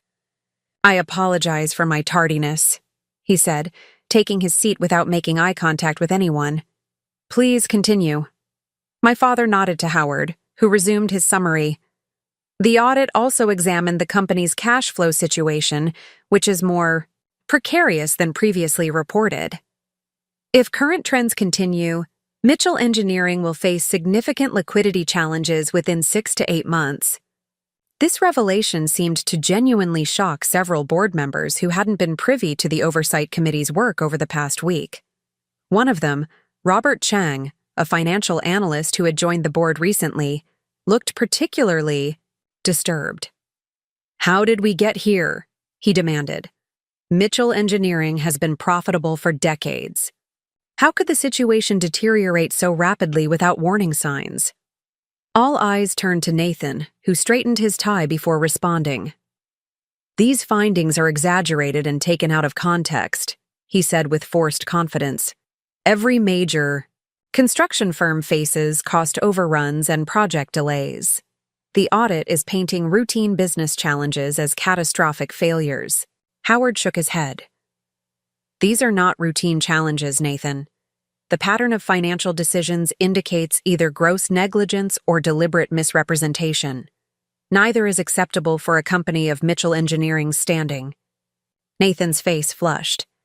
"You've always undermined me, Howard. Ever since I took over day-to-day operations, you've questioned every decision, demanded excessive documentation." "Which is my job as CFO," Howard interrupted calmly. "Financial oversight isn't undermining. It's essential governance." My father raised a hand, silencing the brewing argument. "The findings speak for themselves. The question now is how we move forward." He turned to me. "Emma, I believe you've prepared recommendations for the board's consideration?" I nodded, connecting my laptop to the room's display system. "Yes." After reviewing the audit findings and working closely with the Oversight Committee this past week, I've developed a comprehensive restructuring plan that addresses both the immediate financial concerns and the long-term strategic direction of Mitchell Engineering. As my presentation appeared on the screen, I noted Nathan's expression darkening. He clearly expected me to use this opportunity to push for his complete removal. What he didn't yet understand was that my goal had evolved beyond simple vindication. "Mitchell Engineering stands at a critical juncture," I began. "The company can either continue down its current path toward financial instability, or it can embrace a new direction that builds on its legacy while adapting to changing market demands. I'm proposing the latter through a three-phase approach. I outlined the first phase, emergency interventions already underway to stabilize the troubled projects, explaining how the collaboration with sustainability partners had already yielded significant improvements at the Westridge site. The environmental remediation plan developed by Sebastian Reyes has not only addressed the groundwater issues, but has also positioned the project to qualify for sustainability tax credits that will offset approximately 30% of the remediation costs, I explained, displaying before and after projections. Patricia Winters nodded approvingly. "I visited the site yesterday. The progress is remarkable given the short time frame." I moved to the second phase of my plan, financial restructuring and operational reforms, which included tighter project management protocols, enhanced oversight mechanisms, and a comprehensive review of all current contracts to identify potential problems before they escalated. "We need to restore Mitchell Engineering's reputation for excellence and reliability," I emphasized. "That means being honest about our capabilities, realistic about timelines, and transparent about costs, even when those conversations are difficult." Nathan shifted in his seat but remained silent, his expression unreadable. My father watched, me with growing interest, occasionally nodding at particular points in my presentation. The third phase was where I expected the most resistance, leadership restructuring. I took a deep breath before proceeding, aware that this moment would determine whether healing was possible or whether the rift in our family would become permanent. "Mitchell Engineering has always been a family company," I said, meeting my father's gaze briefly. "That legacy is worth preserving, but it must be balanced with professional management practices that put the company's health first. I'm proposing a new leadership structure that leverages the strengths of both family and non-family executives." My proposed organizational chart appeared on the screen. It showed a clear hierarchy with my father remaining as chairman of the board, but with operational leadership divided into distinct domains: client relations and business development under Nathan, operations and project management under me, and financial oversight under Howard, who would report directly to the board to ensure independent accountability. Nathan stared at the screen, visibly processing the fact that he hadn't been removed entirely, but rather repositioned to focus on his genuine strengths.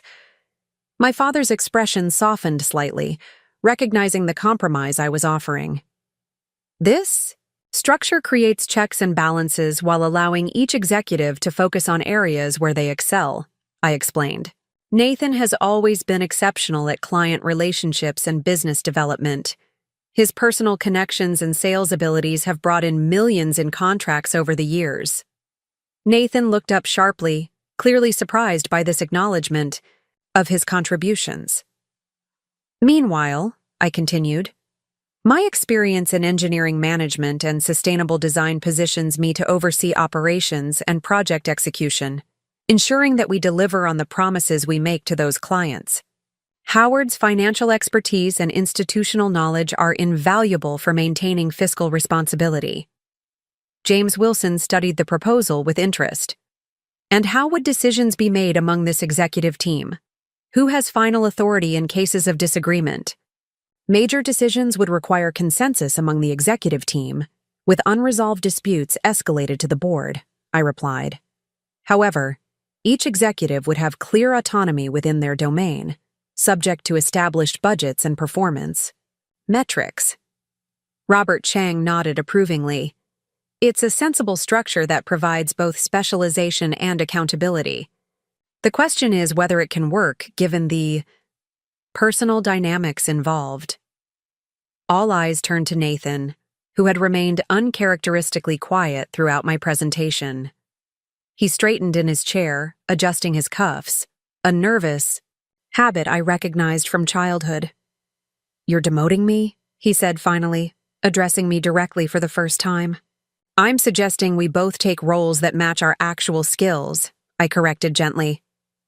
You've never enjoyed the operational details, Nathan. You excel when you're building relationships, negotiating deals, being the face of Mitchell Engineering to clients and partners.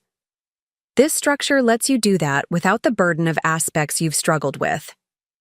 And conveniently puts you in charge of the largest division, he countered, though with less hostility than I'd expected.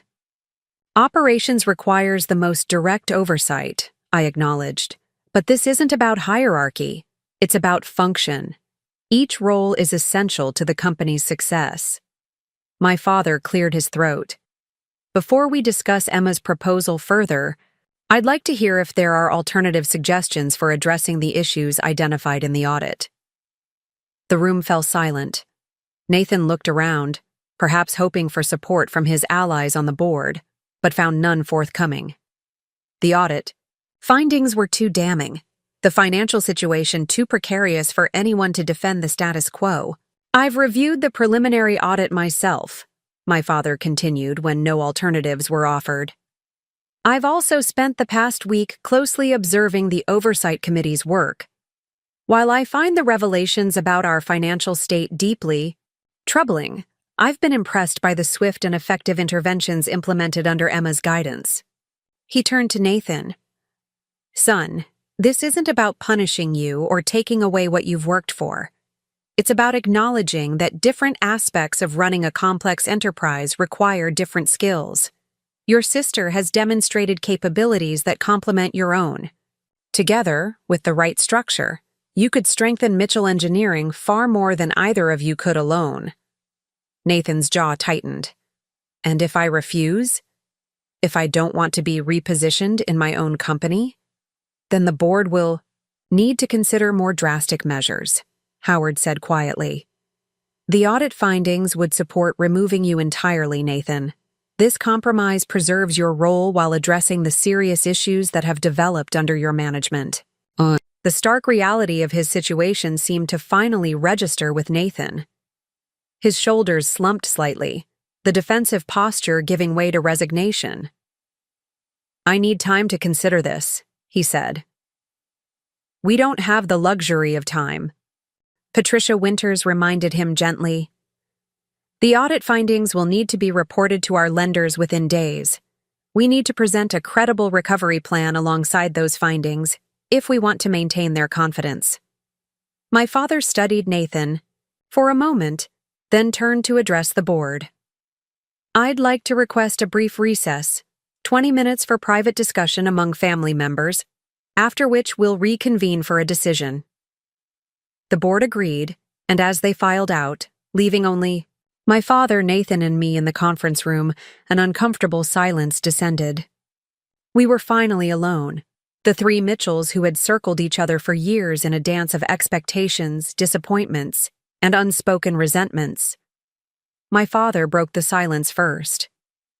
Nathan, I know this isn't what you envisioned. It isn't what any of us envisioned. But the situation is what it is, and we need to make decisions based on reality, not pride. Nathan shook his head. You don't understand what this feels like. I've dedicated my entire career to Mitchell Engineering, worked alongside you for 15 years, done everything you asked of me. And now, because Emma swoops in with her charts and spreadsheets, I'm supposed to just accept being sidelined? You're not being sidelined, I said, trying to keep frustration from my voice. You're being asked to focus on what you actually do well instead of struggling with aspects of the business you've never mastered. Easy for you to say, he shot back. You get to play the hero while I'm cast as the incompetent villain. That's not enough, my father interrupted. Both of you. He sighed deeply, suddenly looking every one of his 65 years. We're going to have this conversation once, honestly and completely, and then we're going to make a decision and move forward as a family. Understood? We both nodded, falling into the ingrained pattern of responding to his authority despite being adults with our own companies and lives. Nathan, he began, turning to my brother, you have genuine talents that have benefited Mitchell Engineering immeasurably. Your ability to connect with clients, to make people feel valued and heard, to close deals that seemed impossible. These are gifts that can't be taught. But the audit doesn't lie. The operational and financial aspects of leadership have not been your strength, and pretending otherwise has brought us to the brink of a crisis. Nathan started to protest, but our father held up a hand. Let me finish. I bear significant responsibility for this situation.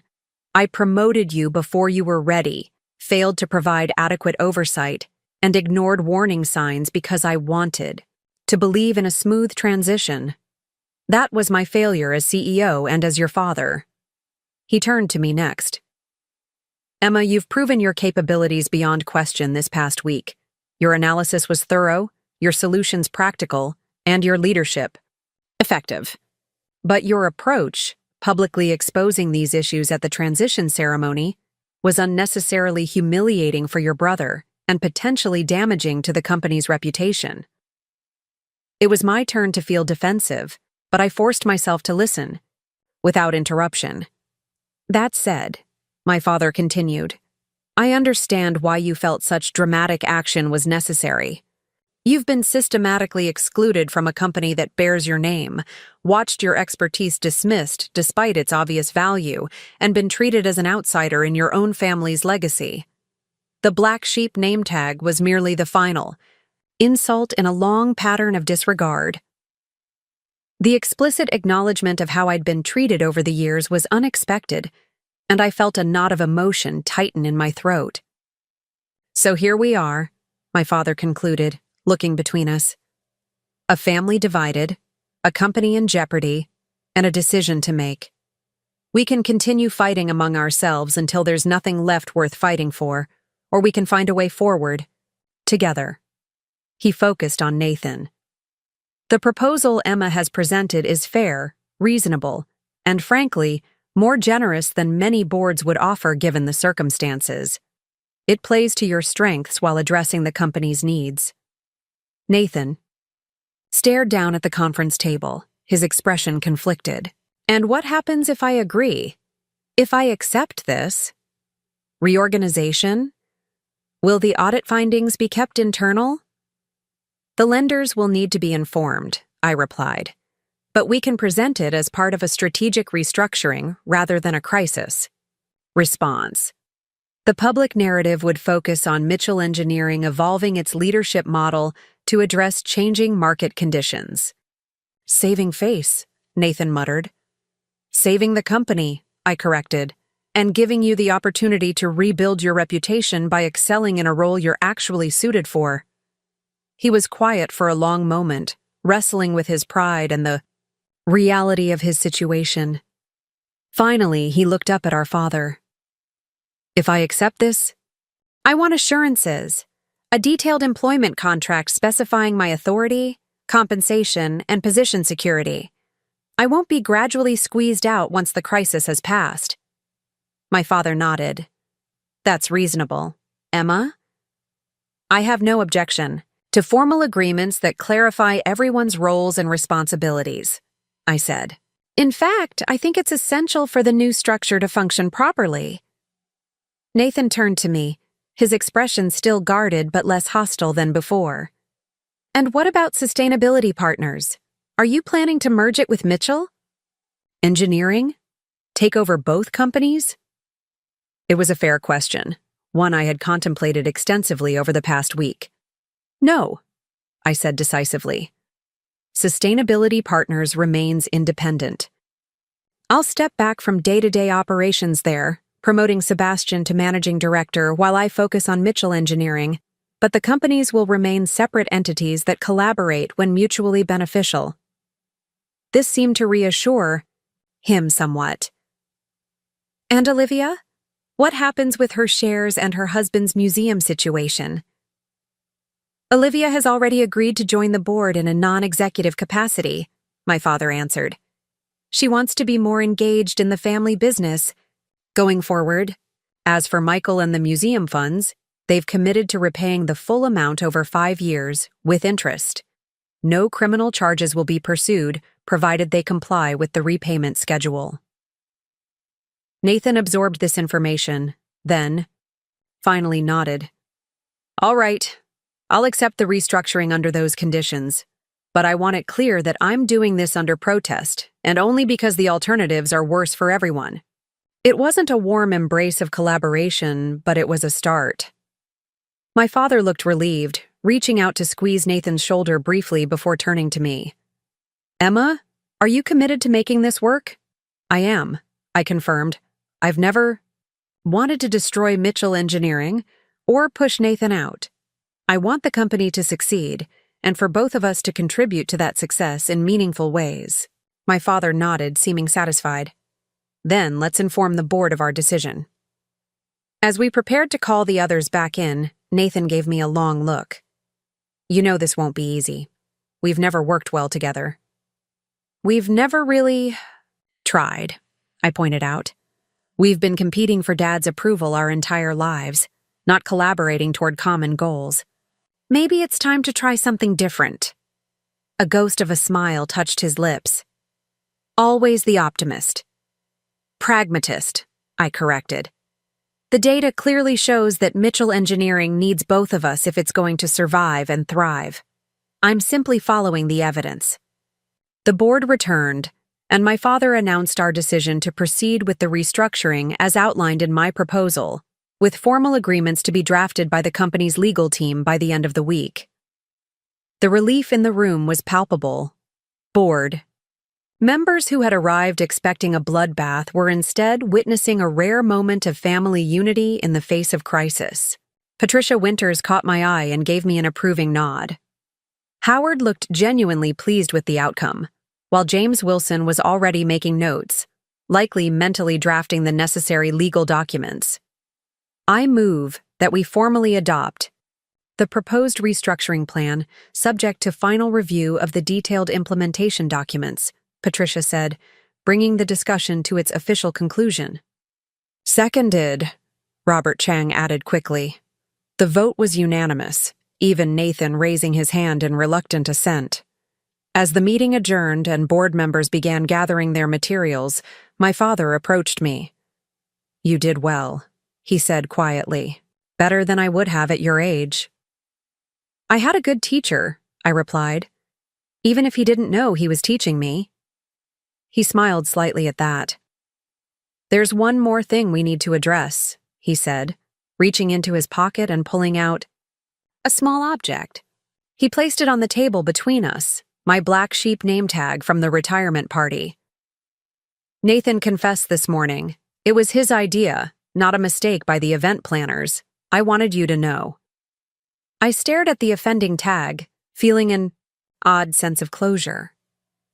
In a strange way, I should thank him.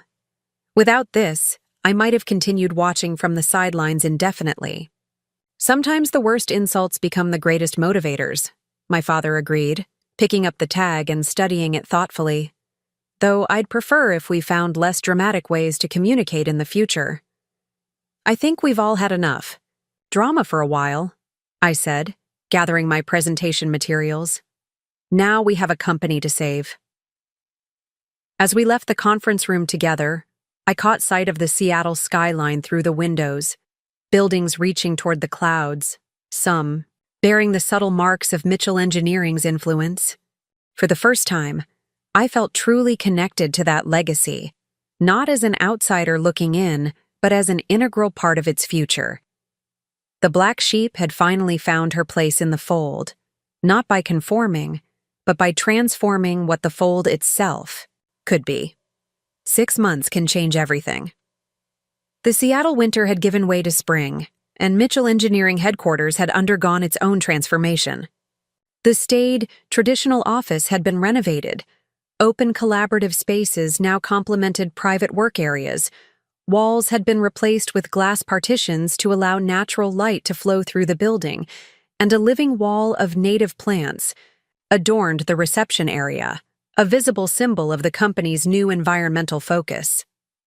I stood in my office, formerly my father's corner suite, now redesigned with sustainable materials and an energy-efficient layout, reviewing the quarterly reports with a sense of cautious satisfaction. The numbers told a story of steady recovery. The West Ridge project was back on schedule and under its revised budget. The Jefferson Street high-rise had passed all safety inspections with commendations, and Harbor Point was attracting positive industry attention for its innovative approach to waterfront development. Most surprisingly, Nathan and I had established a functional working relationship. It hadn't been easy. The first month had seen heated arguments behind closed doors and tense executive team meetings. But gradually, a pattern had emerged. Nathan excelled at bringing in new business and maintaining client relationships while I ensured those promises could be delivered through sound operational management. Howard kept us both accountable for the financial implications of our decisions, and my father, still serving as chairman, provided guidance without interference. A knock at my door interrupted my thoughts. Olivia stood in the doorway, looking more polished and professional than I'd ever seen her. Serving on the board had awakened an unexpected interest in corporate governance, and she'd recently completed a certificate program in the subject. "Ready for the family meeting?" she asked. "Dad and Nathan are already in the small conference room." The family meeting had become a monthly tradition, a private forum where the Mitchell family could discuss company matters before they reached the formal board level. It had been my idea, a way to ensure that business disagreements didn't spill over into personal relationships, and that family tensions didn't affect business decisions. "Just wrapping up here," I replied, closing the report folder. "How are things with Michael?" A shadow crossed Olivia's face. Her marriage had become another casualty of the events set in motion by that retirement party. Once the full extent of Michael's financial impropriety had been revealed, their relationship had deteriorated rapidly. They were now separated, with divorce proceedings underway. "He's agreed to the settlement terms," she said with a small shrug. "The museum board asked for his resignation last month. He's moving back to Chicago." "I'm sorry," I said, and meant it. Despite everything, I hadn't wanted my actions to destroy my sister's marriage. "Don't be," she replied with surprising firmness. "It wasn't your fault. Michael made his choices, and apparently, they weren't his first ethical lapses. The museum board had suspected financial irregularities for some time, but lacked concrete evidence." She smiled wryly. In a way, you did me a favor. Better to know who you're really married to before wasting more years. We walked together to the conference room, passing the newly installed Wall of Innovation, a display highlighting Mitchell engineering projects that had pioneered new techniques or technologies. I'd insisted that it include contributions from all eras of the company's history, not just recent achievements. Recognizing the foundation my father had built was an important part of honoring the company's legacy while moving it forward. Nathan was reviewing something on his tablet when we entered, while our father stood by the window, gazing out at the city as he so often did. At 65, Richard Mitchell remained an imposing figure, though he had softened somewhat in recent months. Semi-retirement suited him. He still contributed his expertise and connections where needed, but had finally begun pursuing interests beyond work, including sailing and mentoring young engineers from disadvantaged backgrounds. "Ah, the gang's all here," he said, turning to greet us with a smile that would have been rare 6 months ago. "Shall we begin?" We took our seats around the table, a circular one I'd specifically selected to replace the rectangular hierarchy of the old boardroom. Small changes in design could influence larger dynamics. That was something I'd learned building sustainability partners. "The quarterly numbers are encouraging," I began, distributing copies of the summary I'd prepared. "We're ahead of the recovery timeline by approximately 6 weeks, and client confidence metrics are higher than they've been in 3 years. Nathan nodded, adding, "The Bellevue City Council approved our bid for the Transit Hub project yesterday. It's our biggest new contract since the restructuring, and it came with specific praise for our sustainable design elements." He glanced at me, a hint of professional respect in his expression that would have been unimaginable half a year ago. "Excellent work, both of you," our father said, reviewing the numbers. "How are the teams adjusting to the new structure?" This had been one of the more challenging aspects of the reorganization, helping longtime employees adapt to new reporting lines and decision-making processes. Some had resisted, a few had left, but most had embraced the changes once they saw the positive results. "The integration is proceeding well," I reported. "The joint project teams have overcome their initial territorial issues, and the cross-functional training program is showing promising results. We've had several engineers request rotation into the client relations department, and Nathan has approved 2 of his team members for operations training. It helps that people can see their ideas being taken seriously now," Nathan added. "The suggestion program Emma implemented has identified several efficiency improvements that would have been overlooked under the old system." Olivia reviewed the board governance updates, including changes to the approval process for charitable contributions, a direct response to the museum funding debacle. My father shared insights from his conversations with industry peers and potential clients, providing valuable market intelligence that only someone with his decades of connections could access. It was, by any measure, a productive meeting, focused, collaborative, and forward-looking. As we concluded the business portion, my father cleared his throat, indicating he had something else to discuss. "I've been thinking about the company name," he said unexpectedly. "Mitchell Engineering has served us well for 40 years. But perhaps it's time for a change that reflects our new direction and leadership." We all stared at him in surprise. The company name was sacrosanct, his proudest creation, the embodiment of his legacy. "What are you suggesting?" Nathan asked cautiously. "Something that acknowledges both our history and our future," he replied. "Mitchell Sustainability Solutions, perhaps, or Mitchell Next Generation Engineering. The specific name isn't as important as the principle, that this is no longer just my company, but belongs to all of you." The gesture was symbolic but profound. Richard Mitchell, who had built his identity around the company that bore his name, was willingly sharing that identity with his children. "I appreciate the thought, Dad," I said carefully, "but I don't think we need to change the name. Mitchell Engineering has strong brand recognition and customer loyalty.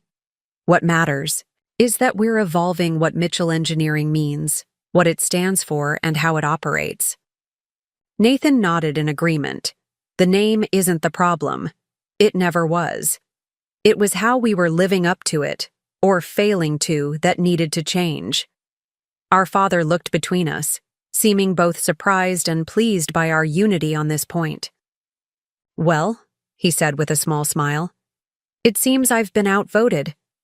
"Not outvoted," Olivia corrected gently. "Just reminded that some traditions are worth preserving, even as others evolve." The meeting adjourned, and as Nathan and Olivia left to attend to their respective responsibilities, my father lingered, studying the framed photograph that now hung on the conference room wall. A picture from the 1980s showing him at the groundbreaking for Mitchell Engineering's first major project. "You know," he said thoughtfully, "when I started this company, I imagined passing it to my son someday. That was the dream, father to son, generation to generation, the way businesses had operated for centuries." I tensed slightly, unsure where this conversation was headed. "What I never imagined," he continued, "was that my daughter would be the one to save it when that plan failed." He turned to face me, his expression unusually open. "I was wrong, Emma. Not just about you, but about what leadership really means. It isn't about authority or control. It's about vision, adaptability, and the courage to make difficult decisions."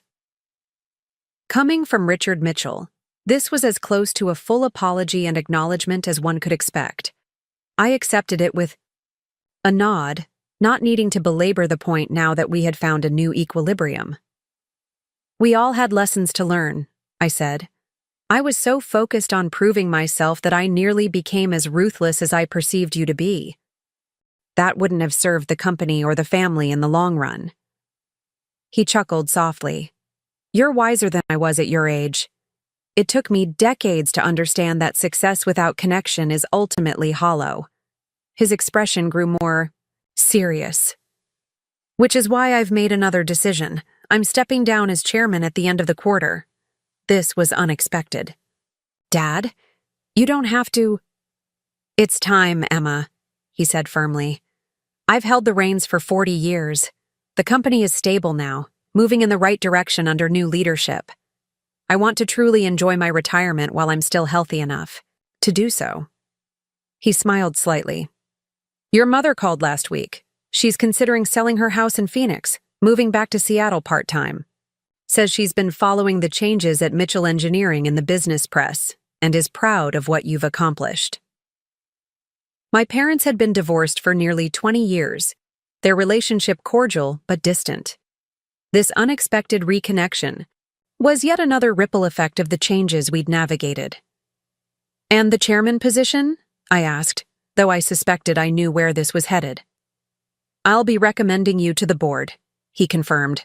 "Nathan agrees it's the right move. He's thriving in his focused role and doesn't want the additional responsibilities." The offer represented a final validation, a complete reversal of the exclusion I had felt for so many years. Yet, I found myself hesitating. "I need to think about it," I said honestly. "The CEO role is already demanding, and I'm still involved with sustainability partners at a strategic level. Adding chairman duties might spread me too thin." Rather than disappointment, my father's expression showed approval. A measured response. "Take your time to consider.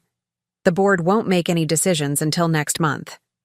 As we left the conference room together, we passed the reception area where the black sheep name tag that had started everything now sat framed in a small display case near the living wall. Below it, a simple plaque read, "Even the smallest actions can catalyze profound change."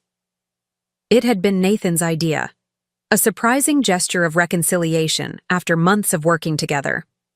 When I'd questioned whether we should memorialize such a painful moment, he'd shrugged and said, "It's part of our story now. Better to acknowledge it than pretend it never happened." My father paused by the display, studying it thoughtfully. "Sometimes I wonder what would have happened if he'd chosen a different label that day. If he'd written engineer or consultant instead of black sheep." "We'll never know," I replied. But I suspect we'd still be on the same path we were before. You retiring, Nathan taking over, the company slowly declining, me watching from the outside. And now? I looked around at the transformed headquarters, the tangible embodiment of the changes we'd implemented throughout the company. Now we're building something sustainable, not just environmentally, but financially and relationally too. Something that can outlast all of us. He nodded, satisfaction evident in his expression. That's the true legacy of Mitchell Engineering. Not buildings or bridges, but creating something that endures beyond a single generation. As we parted ways, my father heading to a mentoring session with engineering students, me to a project review meeting, I reflected on the journey that had brought us here. 6 months ago, I had stood in the Cascade Hotel ballroom, staring down at a name tag that labeled me an outsider in my own family. That moment of humiliation had ignited a transformation none of us could have predicted. The company had evolved. The family had healed. Not perfectly, but significantly. And I had found my place, not by conforming to others' expectations, but by challenging them to see a different possibility. That evening, I sat in my apartment reviewing the chairman proposal my father had sent over. The role would be demanding, but would also provide a platform to implement longer-term strategic changes that could position Mitchell Engineering as an industry leader in sustainable construction for decades to come. My phone chimed with a text. Message from Sebastian at Sustainability Partners. City Council approved the Green Building Ordinance. Your testimony last month made the difference. Celebrating at Ravenna. Join us? I smiled, typing a quick reply. On my way. First round's eye on me. As I gathered my things to join my other team in celebration, I caught sight of my reflection in the window, confident, purposeful, at peace with my place in both worlds I now inhabited. The label that had once defined me had been rewritten, not by anyone else's hand, but by my own choices and actions. The black sheep had not only found her flock, she had transformed it into something stronger, more resilient, and ultimately more successful than before. Not through revenge or rejection, but through vision, perseverance, and the courage to demand a seat at the table I'd been denied for too long. In canceling their funding, I hadn't destroyed my family's legacy. I had saved it, and in the process, redefined what it meant to be a Mitchell. Sometimes the greatest revenge isn't tearing something down, but building it back better than it was before. The celebration at Ravenna lasted well into the night. The team from Sustainability Partners was in high spirits, and rightly so. The Green Building Ordinance they'd helped craft would transform how construction happened throughout the city, setting new standards that would ripple across the industry. I watched them with a mixture of pride and nostalgia, remembering when we were just a scrappy startup working from a converted warehouse space, fighting for every contract and opportunity. To the visionary who started it all, Sebastian said, raising his glass in my direction, we wouldn't be here without you, Emma. The others joined in the toast, their faces bright with genuine admiration. It was a stark contrast to the years I'd spent seeking recognition at Mitchell Engineering, and for a moment, I felt a twinge of conflict. These people had believed in me when my own family hadn't. Did I owe them my continued, undivided focus? As if reading my thoughts, Sebastian pulled me aside as the others launched into a spirited debate about upcoming projects. You've been splitting your time between both companies for 6 months now, he said. How's it really going? I considered the question carefully. It's challenging, I admitted, but also surprisingly complementary. The innovations we develop at Sustainability Partners can be implemented on a larger scale at Mitchell. And Mitchell's resources and connections open doors that would have taken us years to access otherwise.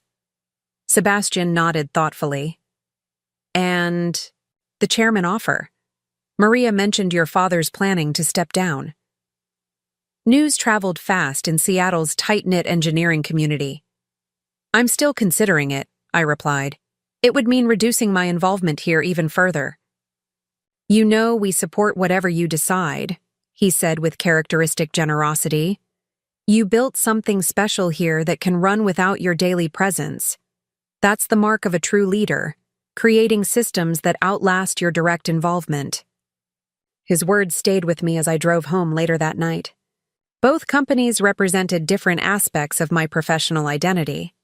Sustainability Partners embodied my vision and values, while Mitchell Engineering connected me to my heritage and family legacy.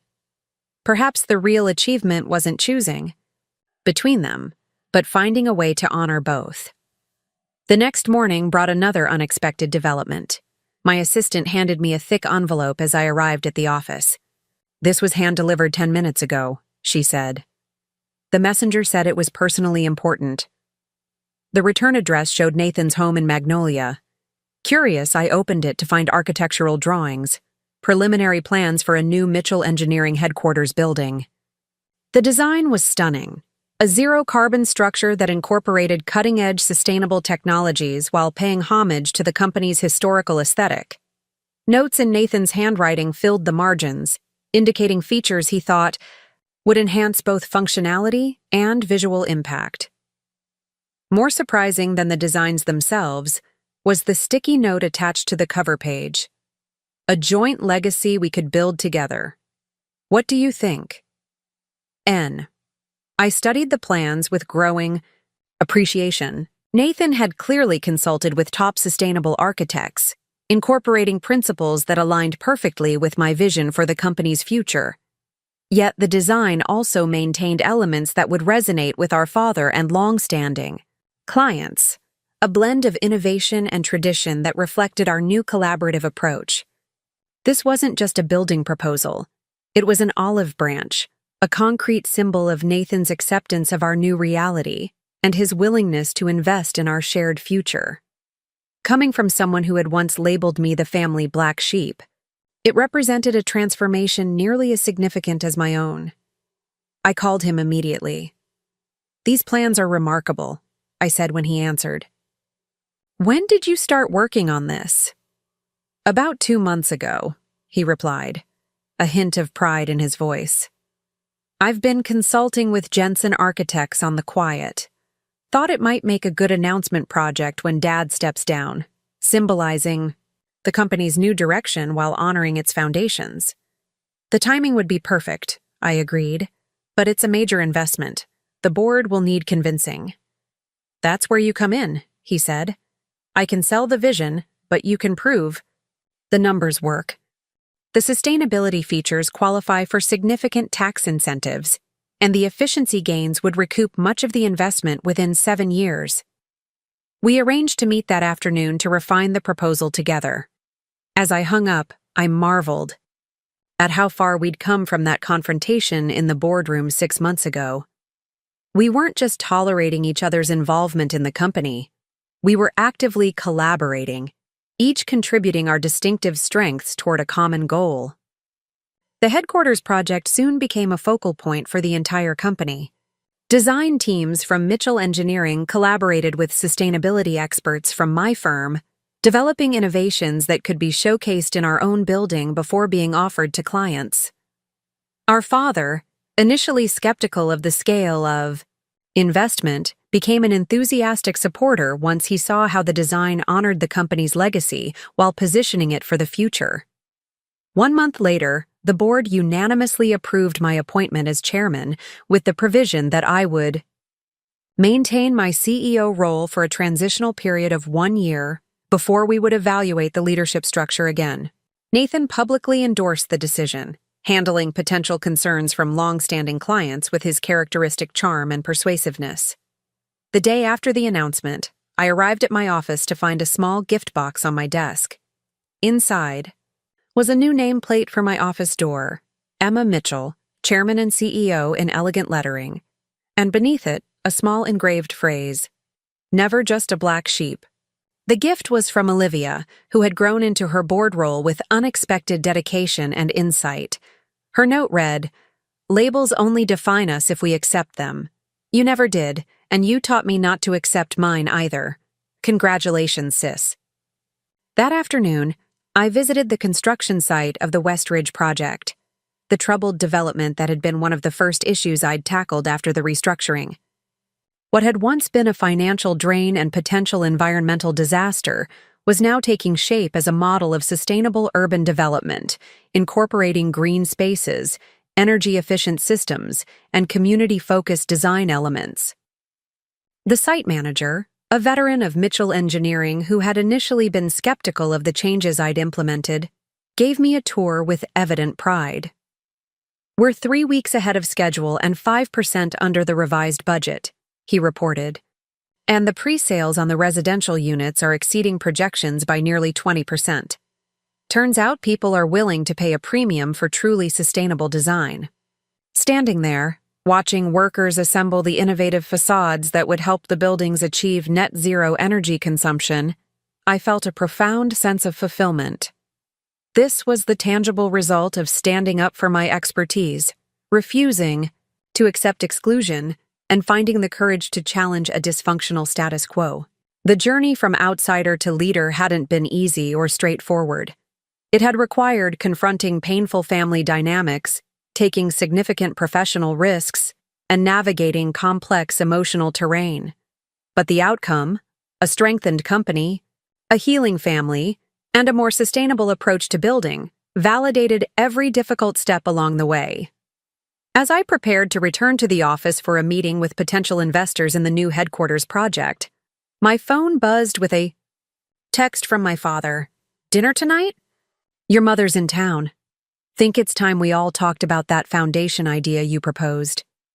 The Mitchell Family Foundation had been a concept I'd floated weeks ago, a way to formalize and expand our philanthropic efforts, focusing on educational opportunities for underrepresented groups in engineering and sustainable development. That my father was now embracing it and including my mother in the conversation represented yet another boundary crossing in our evolving relationship.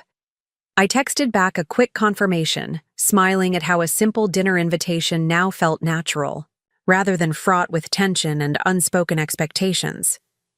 We were learning a new way to be a family, one built on mutual respect and appreciation of our differences, rather than conformity to a single vision. The black sheep label that had once stung so deeply now seemed almost quaint, a relic of an old paradigm that had crumbled under the weight of its own limitations. In its place stood something far more valuable: authentic recognition based on merit, contribution, and shared purpose.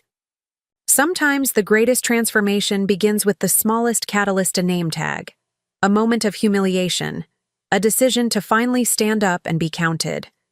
My journey had started with pain, but had led to purpose. And in the end, that made every difficult step worthwhile. Up next, you've got 2 more standout stories right on your screen. If this one hit the mark, you won't want to pass these up. Just click and check them out.